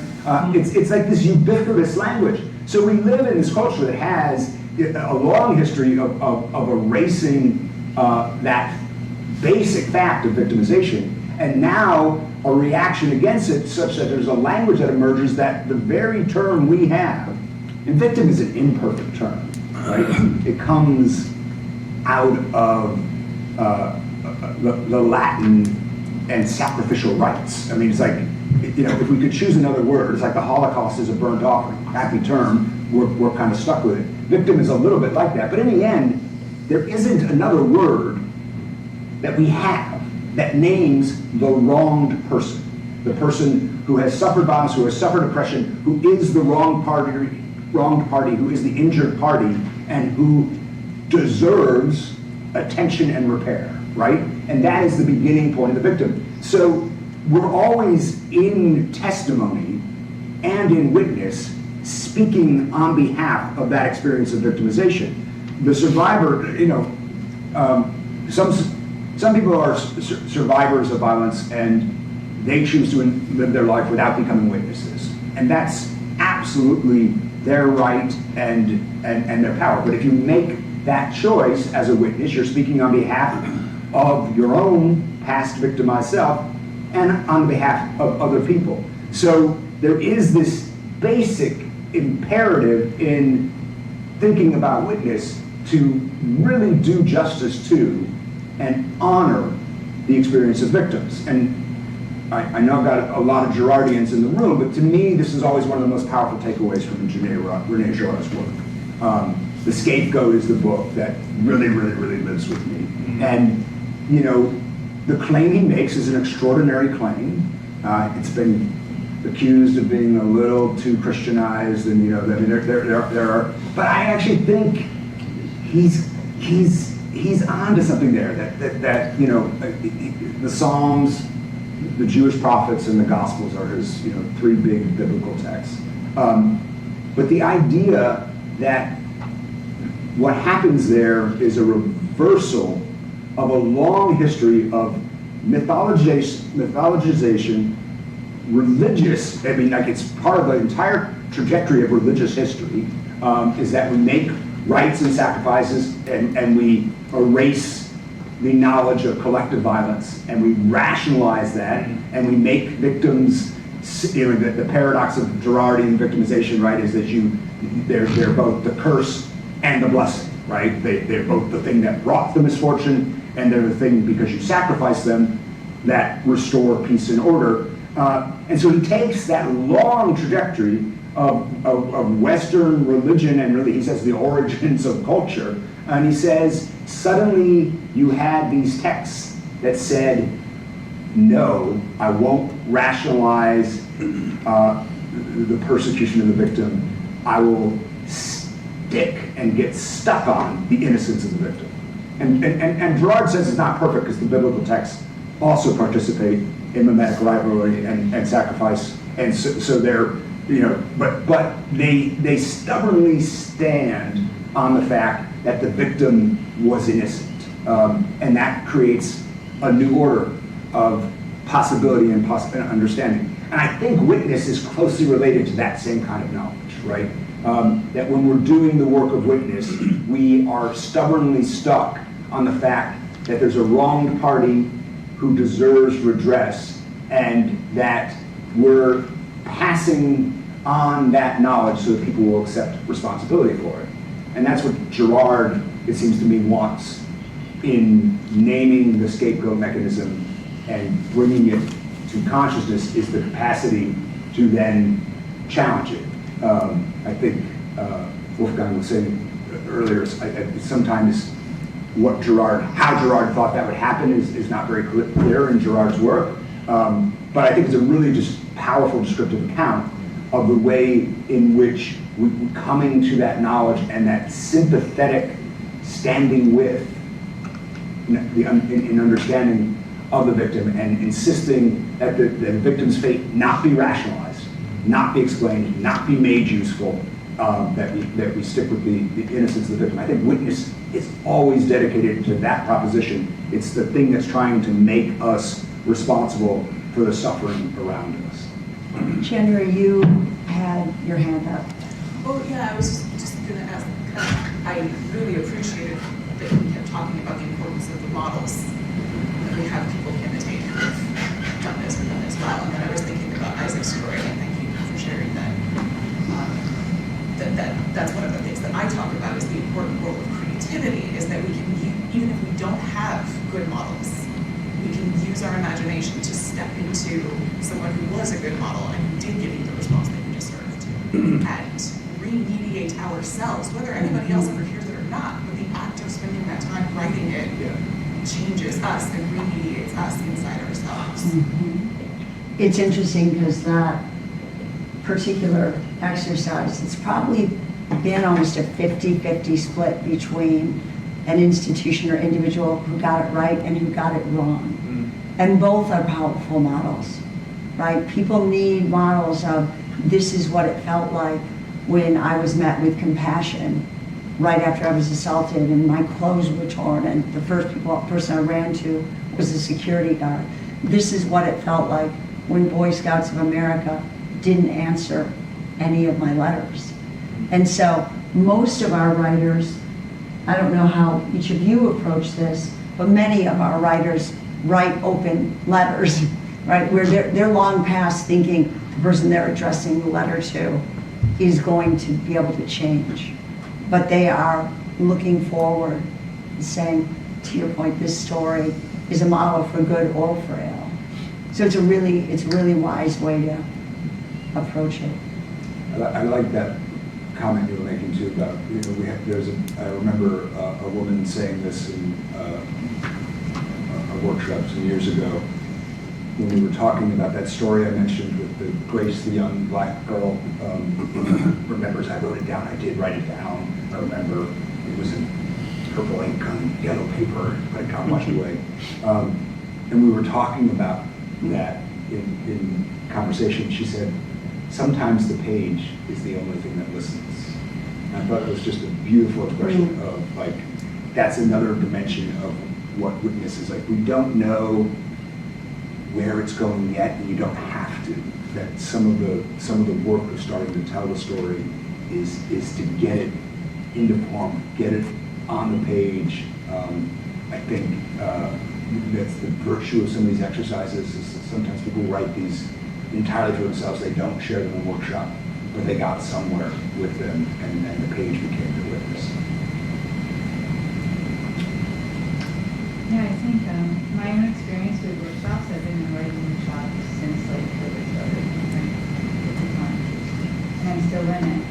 And up until that point, I was carrying around stories, my own stories, narrative in my family history. I hadn't ever shared it.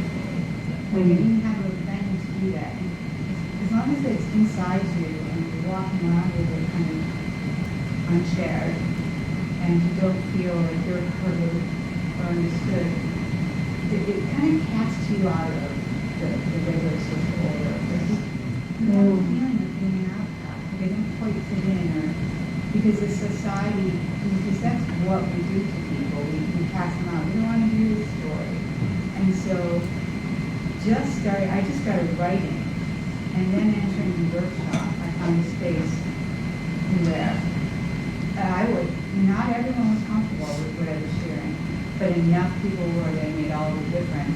So that just opened up this space greater, and it's just been this long process of writing memoir and sharing it with others and rewriting. I've been in one example of rewriting.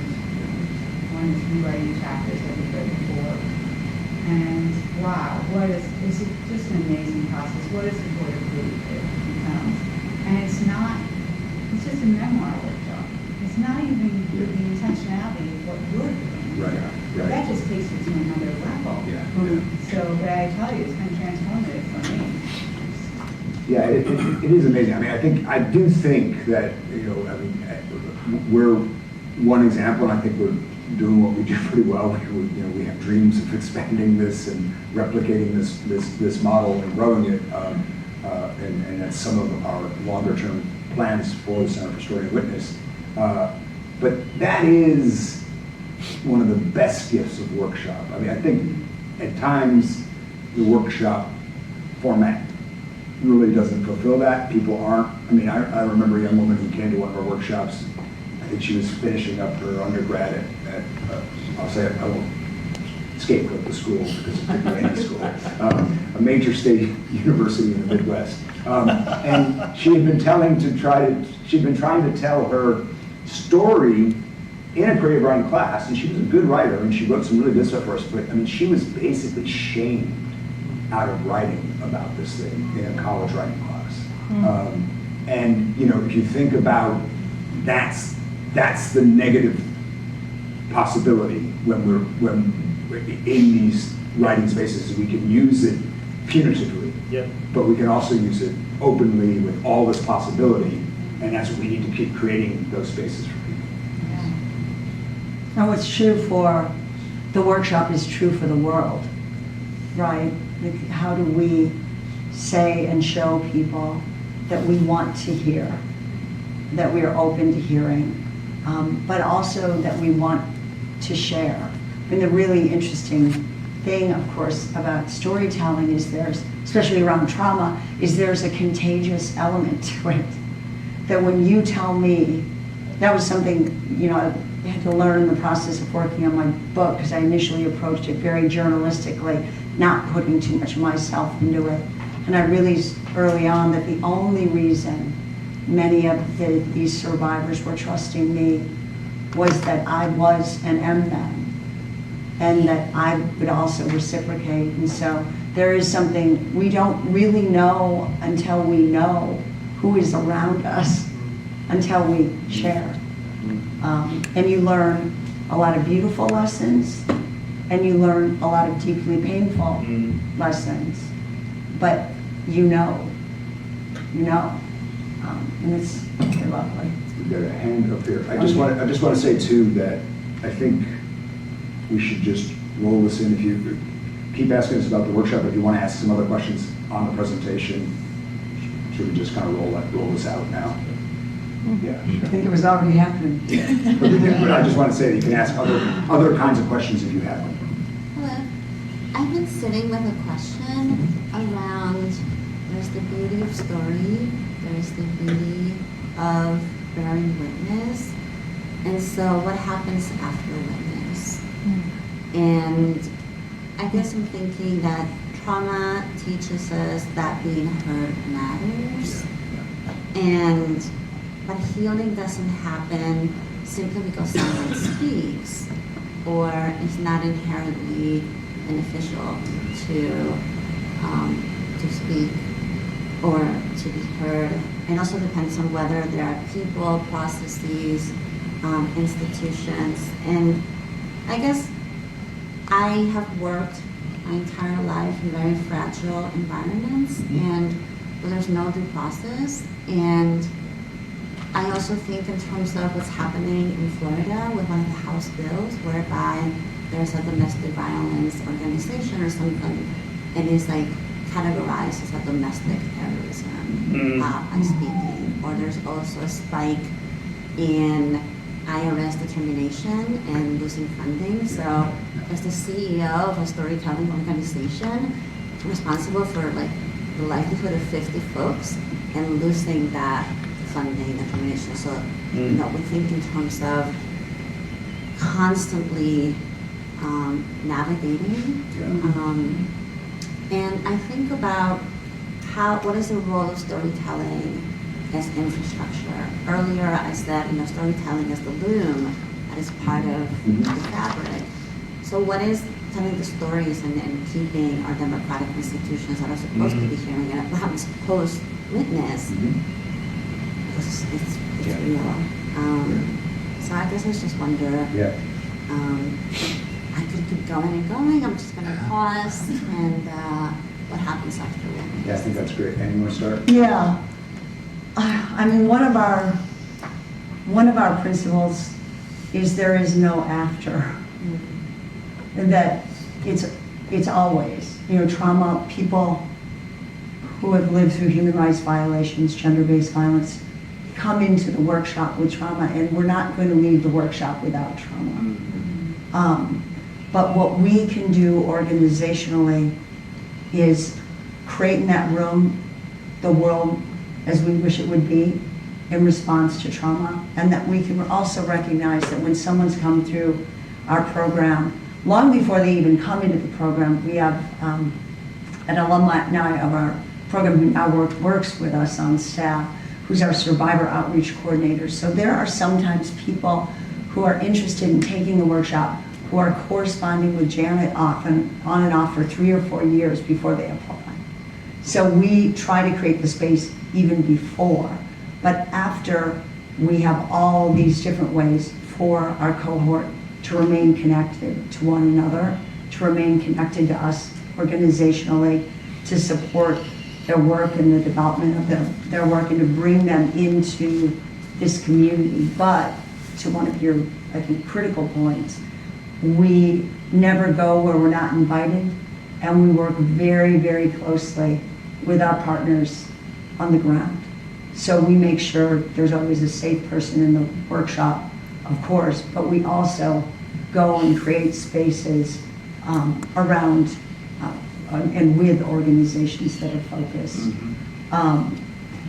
The other thing you were saying that really strikes me as incredibly difficult, that I have a lot of sympathy for, is this moment we're in. We have one really powerful program that was administered by the State Department and an organization called IREX. And they historically identify rising leaders in the gender justice or human rights movements connected, or that folks at our embassies across the globe are familiar with, and then they intern with us for a 3 or 4 month period. They work with us, then we work with them to build a storytelling project in community. And it's a really beautiful program that has helped us support the development of writing and programming in Eastern Europe. We just were in Morocco last year. Just a program we have a lot of heart for, because it's taking this model and letting folks on the ground build on it. In the last year, all the words that we would put into a proposal or an application or bring into the room have been excised. So we can't use words like victims, women's rights, human rights, social justice, women and girls empowerment. And that is a really extraordinary challenge, right? How do you practically keep your program going? And we did find a practical workaround that got us into community where we did exactly what we always did. But to get it through, we basically had to say, it was like, we want to go to community and tell stories. I mean, it was, yeah. It was like you would Our program never didn't change. approve a proposal like that. I was an IREX fellow with Kenya Okay. and Malawi, and but that's exactly it. Like we lost $1.5 million with USAID. Yeah. So like I'm there's so this, sorry. Oh, thank you. But we'll adapt it. But it's very real, and so there is no longer abroad, but rather in our backyards, and so the co-creating that would happen in community, and also the courage is there, and also the reality that you might lose the program, but it's housing and co-creating, and this juxtaposed. So there's a lot to be done, of course, and resilience can look in many different ways. The other thing I was hearing a little bit in your question, which I do think is worth reminding us, is like, so you can face retaliation as a political phenomenon.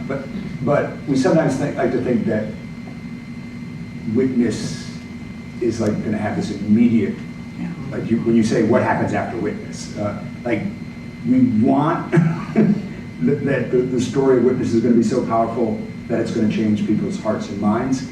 But in a vacuum, a story of witness is only going to reach so far. And it's why it's interesting to think about Martin Luther King and the use of witness in that letter, because it's wedded to a philosophy of nonviolence and a constant pushing and challenging. And it's this energy that says, we have to keep using these stories to challenge unjust social structures, but it has to go into other contexts that are about thinking about how to change systems as well, right? So in and of itself, just a story won't cure anything in isolation. I'll just say one more thing.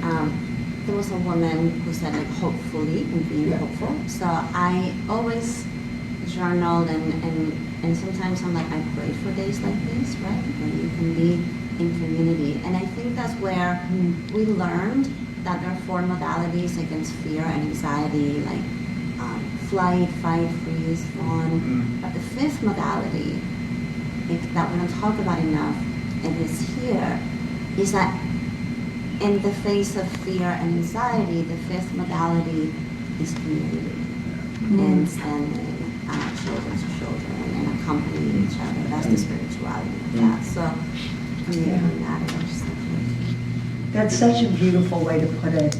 I was thinking when you were talking that one of the really difficult things that is happening with language now when we're in community is that so much language has been either excised or co-opted, and the language of love, words that say, we hear you, I want to hear from you, I'm in solidarity with you. You're hearing that language less and less. And so something about the communal space where we uplift and model a way of being, but also a way of writing, and a way of leaning into language has a profound effect. I actually was, I was thinking about the opening of the Obama Library and how I hadn't been in a space where I was publicly hearing words like justice, human rights, empowerment. It's the opposite of what we're seeing in some of our programming. And it's not to go political in this space at all. It is to say that those are sacred words that should be absolutely nonpartisan, and that we can reclaim some of that.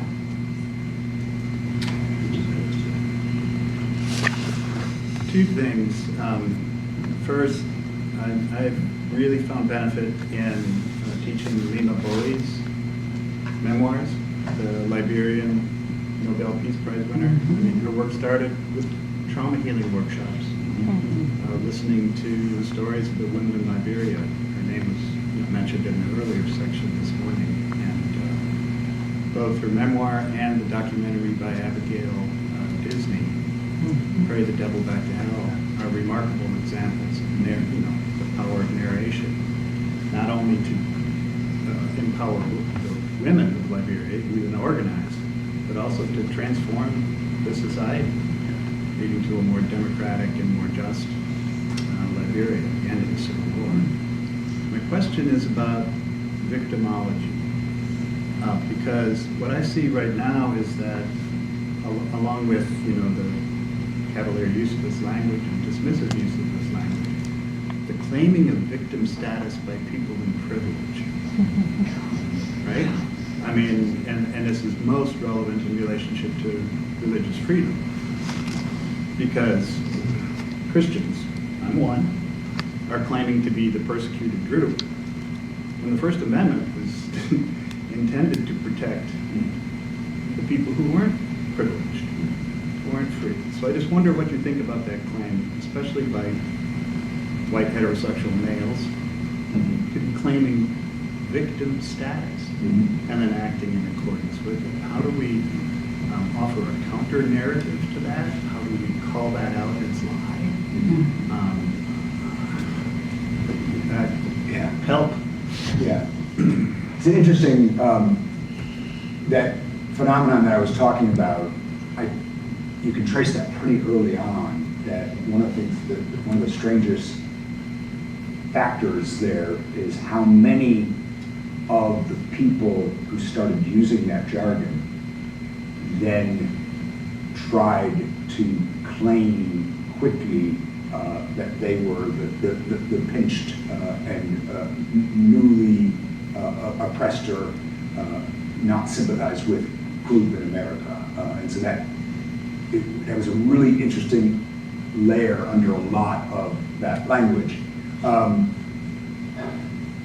mean, it's easy to say that some of it's just clearly bad faith. I think, from the victimology side, I think it's just important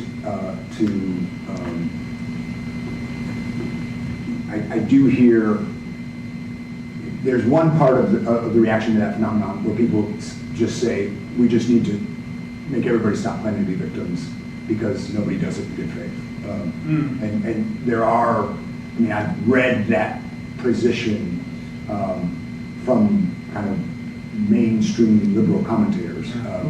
And I think that's, if you're going to respond by the misuse of a category, I don't think we need to be able to still have a language that centers victims of violence and real oppression.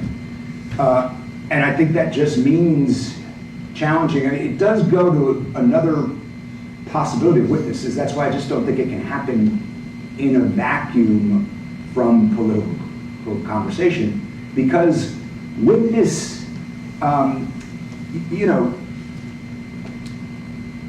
German soldiers in the Wehrmacht are witnesses. One of the first places, the reason we get trauma into the American lexicon is because of Vietnam veterans, who are, in one sense, victim of our war machine. They're just young men drafted in this horror. But there are also, if you know enough Vietnam history, many, many, many of them perpetrators of awful acts, and some of them well beyond the boundaries of warfare. I mean, there's some of the new data coming out about gender-based violence in the Vietnam War, right? We have to recognize that witness and testimony come from many different quarters. And so this is, in ways, it's not just an abuse of the victim category, it's kind of an abuse of the testimony. It's like, I'm speaking from my personal experience, and therefore this must be a truth, while they deny the truth of all the people who are actually, suffering violence and oppression around them.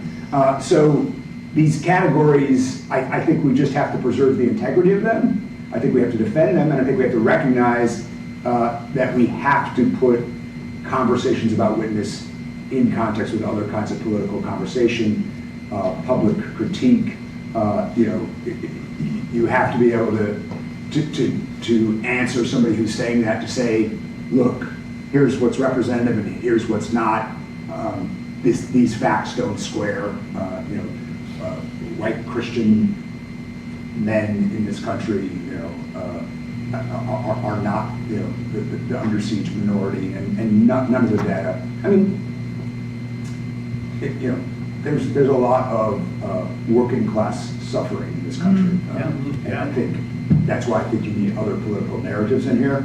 You need a fair analysis of class. You need to look at why some of that reaction is happening. But it's interesting that many of the most vehement users of that position are the privileged version of white. Right, exactly. I also think in this particular case, it's almost a subset of a larger conversation, which is what does it mean to be a Christian?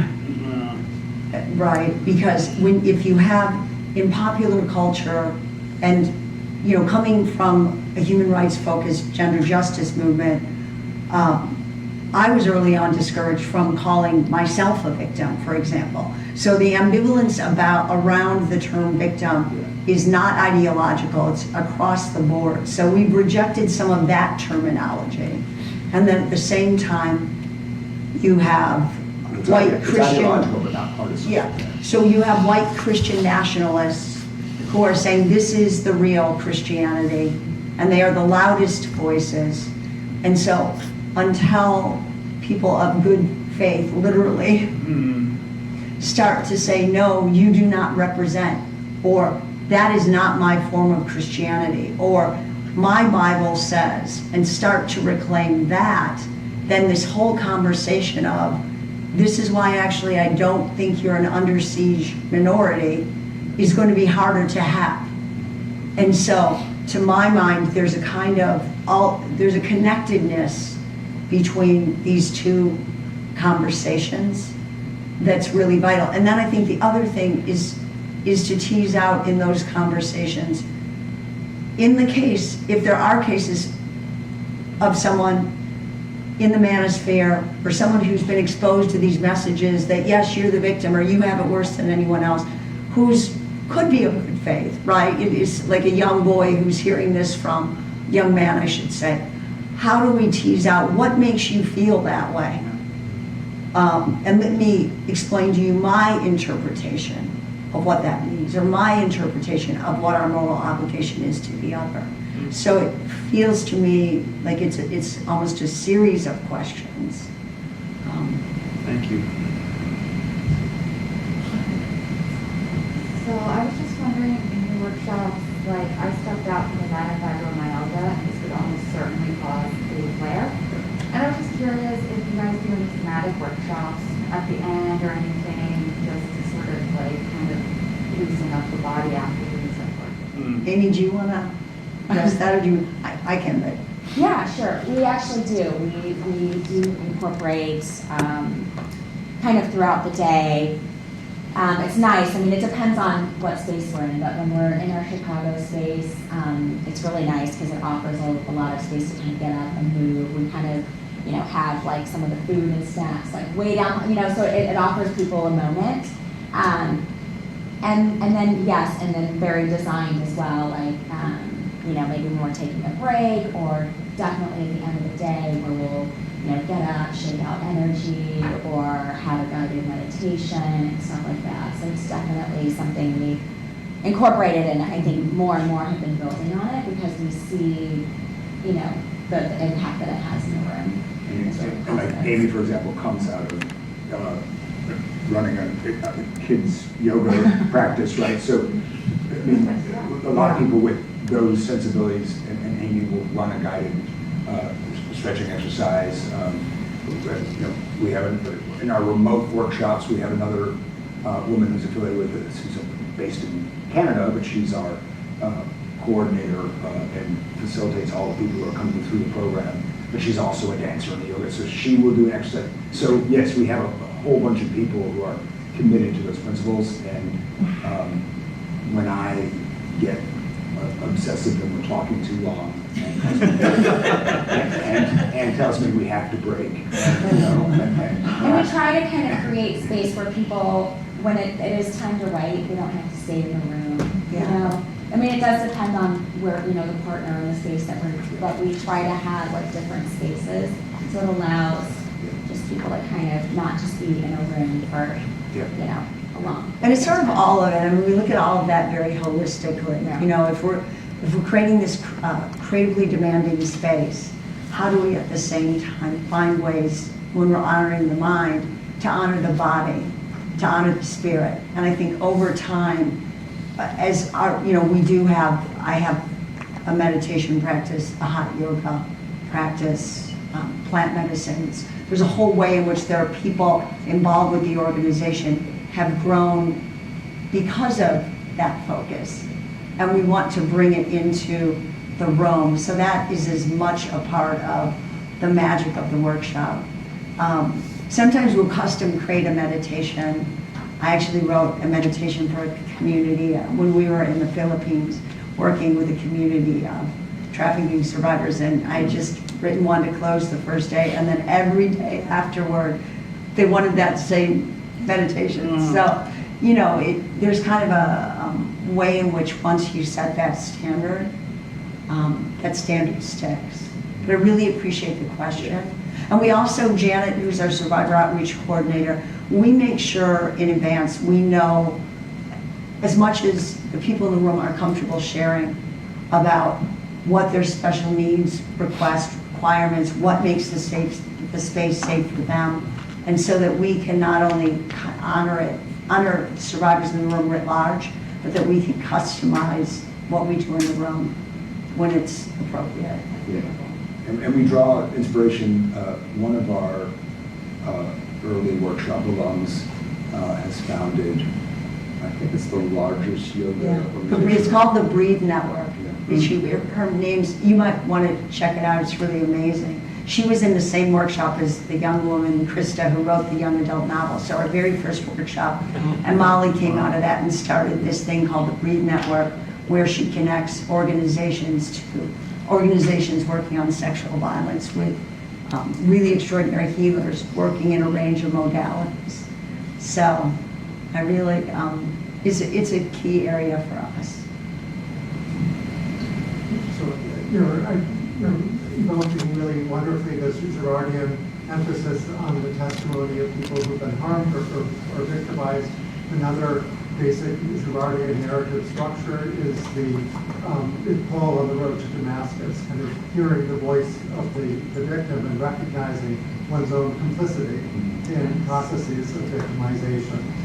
And I think in my own work, I'm a member of a Catholic parish involved in the LGBTQ ministry, inviting people in the parish to kind of recognize the degree to which they have been involved or complicit in unjust practices within the Catholic Church. And I'm wondering to what degree do you find in the workshops that you do that breaking apart, that kind of recognition of one's own complicity is part of the process? I would say to that, that first of all, right, it is a great and important principle, and I think it's some of what the work of witness helps create the condition for that, that it puts you in touch with that hurt and harm done to another, and ideally makes you recognize your relationship or your failed responsibility or the degree to which you haven't answered that fully enough. In our case, because most of these workshops are with survivors and witnesses of the violence,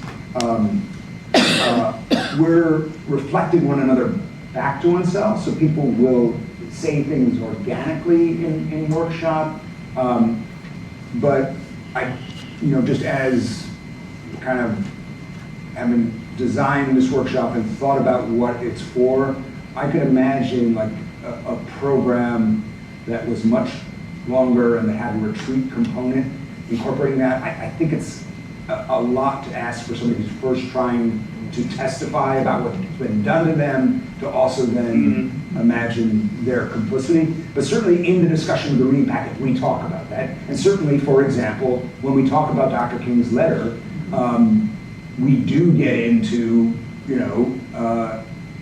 calling out, white oppression in America, and lots of people see that in themselves. And so, that when we have a mixed racial workshop, there are many people who are white persons in the room will admit their historical and practical complicity with racism. So I think we encourage that receptive possibility.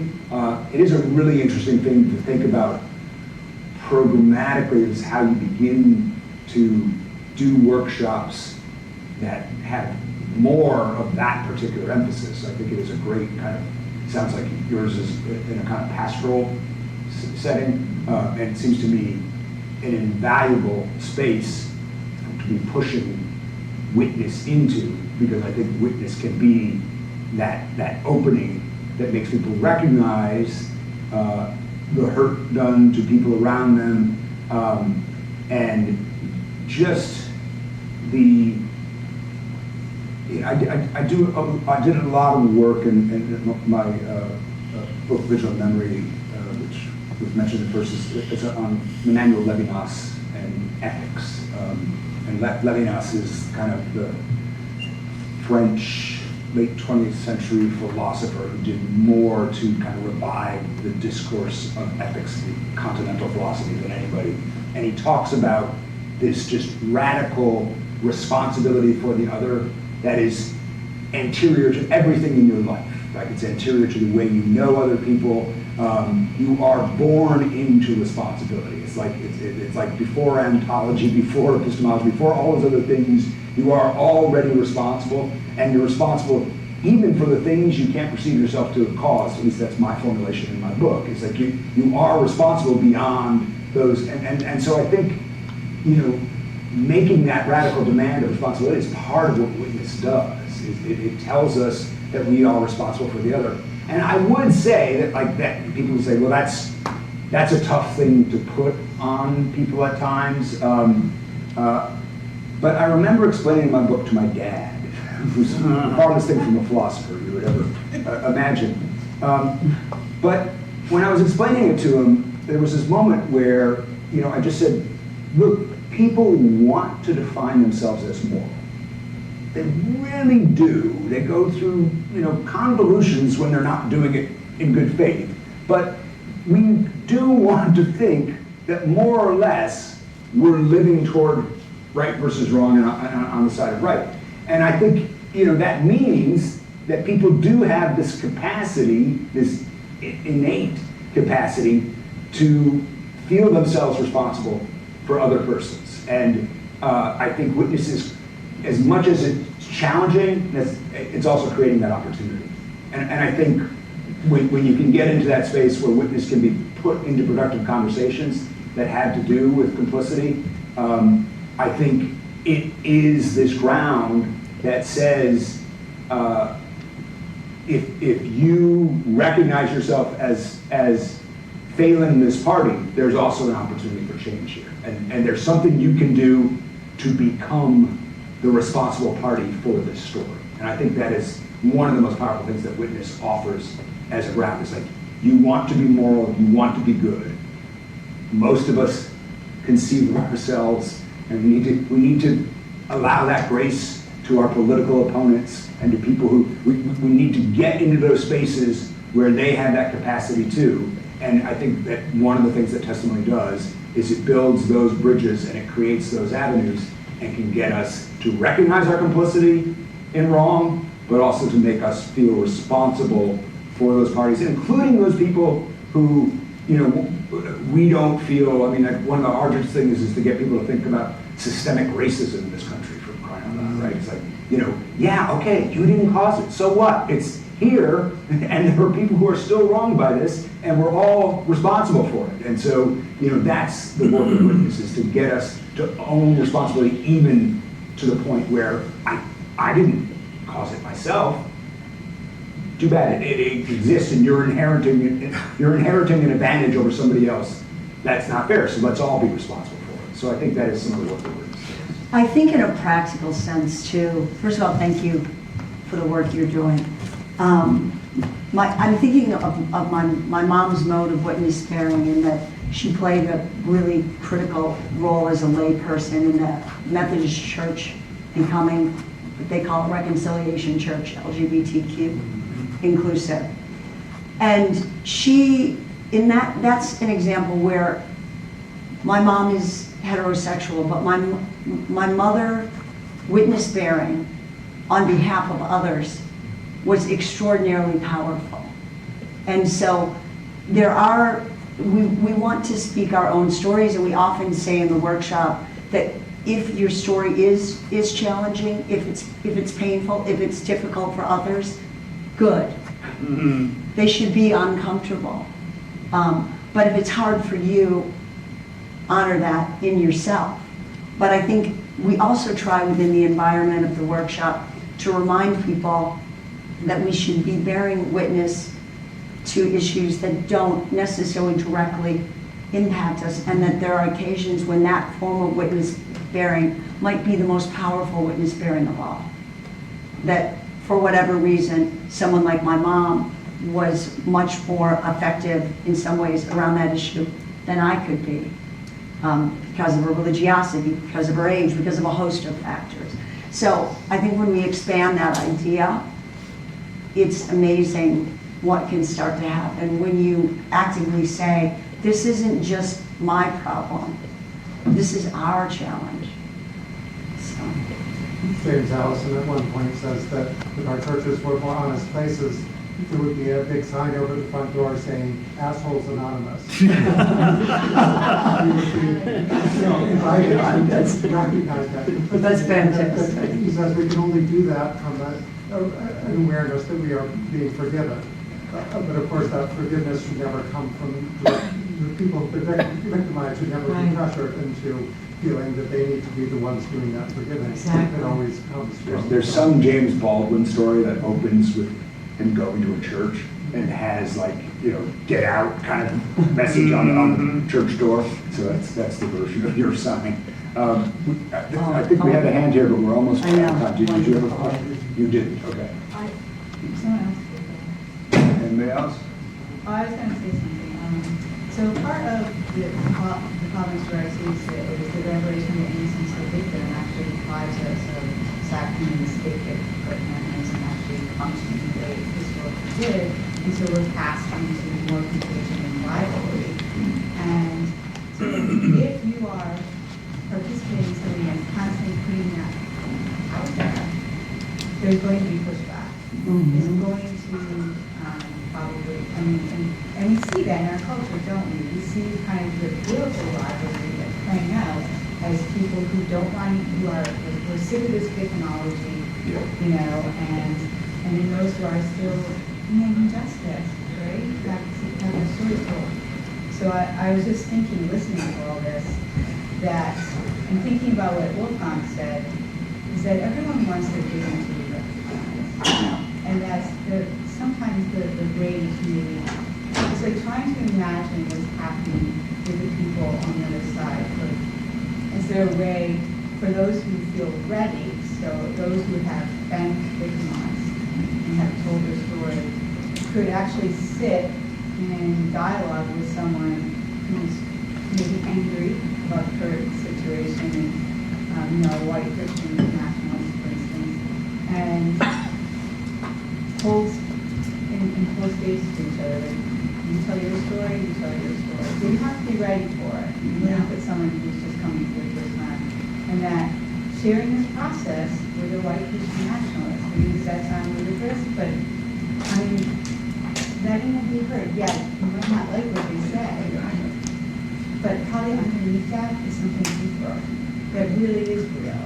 Mm-hmm. That what's on the surface isn't really the issue. It's something deeper. It's something deeper. And that if you can use like Get the story down there. yeah. And then once that comes, if you create that space, the safe space that you're creating, and that comes up, Yeah. it could change the dynamic.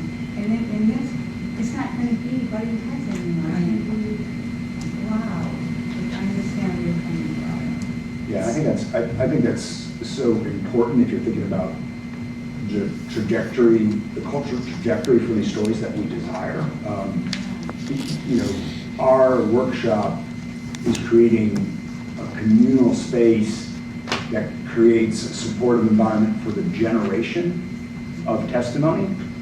But if the only impact those stories ever have is on people who already somewhat think the same way, then the reach of witnesses is limited. Like, if we really want this work to make the inroads and to bring about change, and you've got to be willing to sit across the table from difference if you want to.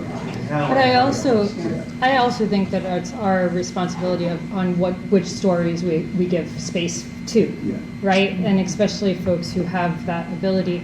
I don't know if you're familiar with the Sons of Patriarchy podcast, but they're highlighting like the voices of victims of religious abuse and out of the Doug Wilson and the Christian nationalism and all these things, right? Because some of these Christian nationalists are getting platforms and getting interviews and being heard. And so their goal is to provide a platform for the victim women's voices in particular to be heard, and how that's impacted them. So I think that there's room for dialogue, but I think we need to be careful on who we're giving platform to. What's the title of the podcast? Sons of Patriarchy. Sons of Patriarchy. I love that you brought this up because one of the workshops one of our workshop alums wrote a book called Pure, which is about evangelical culture and sexual shaming. It was published by, I think, HarperCollins. And we worked with her. She has an organization called Break Free Together for people who have experienced religious-based sexual trauma. And so we worked with her to create a testimonial writing workshop for this population. We had about 3 times the applicants we could take, right? Because, and I'm sure we'd have 4 times if we did it again. We just did it 2 years ago. But I think your point about space, it was really so important that they knew that this was a space where those sorts of stories would be heard, where they wouldn't be exposed to some of that. They might be exposed to those attitudes through someone else's story. But it was that first safe space for someone who was looking at the trauma from the lens of being a trauma victim. So I appreciate what you're saying. Yeah, so, what I'm thinking about right now is like, I'm trying to preach, like when you were talking about your application and you had to like do it, but to still get your thing through. Sometimes I feel like I have to preach and I know like what people's triggers words are. Is there like a creative writing that I'm always trying to do it in a way that they can hear it and move. We actually have a workshop around this. It's called Breaking Through Ideological Barriers, where we look at, we're big believers in co-opting language. And so, for example, I'm pretty sure everyone in this room is probably familiar with Wheaton College. I grew up in Wheaton. So I was the name of the workshop again? Breaking Through Ideology. Oh, Breaking Free. Yeah. And it's on our website if you get on storyandwitness.org. But I remember when I was speaking there, recognizing the words that could be triggering at that time. you know, and I remember laughingly saying to the organization, I don't think my first words in here are going to be, I'm a card-carrying feminist here to tear down the patriarchy. Even though I'm a card-carrying feminist here to tear down the patriarchy. And so I talked a lot about the fight for gender justice being a Christian values issue. That this is about being a moral people. That if we call ourselves Christian and we don't care about the least among us and define that clearly, we failed as Christians. And it was amazing because there was someone in the audience with me at the end said, I don't think they know what they just bought into, but they just bought into the whole thing. At some point they did know what they bought into. And that there were some people in the room who were made uncomfortable. But we really, we look at language in the workshop and do a whole breakout section on what happens when we co-opt. Don't co-opt a term you don't believe in. I never would use a phrase that I don't believe in just to meet an audience where they are. Because if you meet an audience where they are and you don't move them towards justice, you're actually the one who just lost. Yeah. Right? So I'd love to have you get on the site and check that out. And and I would just add to that to say, like, and I'm sure you already do some of this, but I think we also have to leverage the words we have that are common discourse with our audience. And if we're thinking about Christianity, you know, I'm somebody who is highly steeped in and kind of saved my Catholicism was encountered liberation theology throughout America. Because in the end, that reading felt so true to me of what Christianity was supposed to be. And you know, when you had this idea that one of the true meanings of the gospel was that the poor are first, and that means we have to have a priority for the weak, the vulnerable, the sick, the poor, and that was the Christian message. And I go back to Dr. King to close things out because that's what he does so beautifully in Letter from a Birmingham Jail. He says, we share a common tradition, and I just don't know how you're interpreting the same tradition, because let me cite verse and verse and verse to you of what Christianity, as I understand it, asks us to do.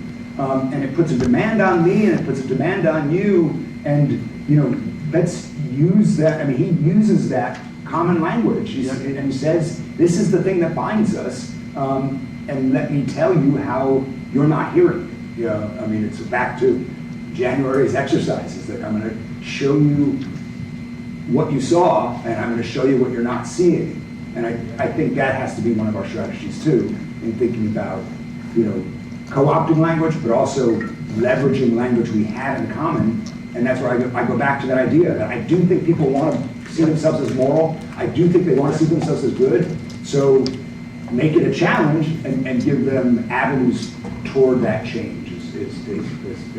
And I think that's one of the most basic things that Witness does, is it lays down that challenge, but it also opens the possibility to genuine imagination of other people. we should close out. We will stick around if anyone has additional questions, but really appreciate you all. And please, I don't know how to get our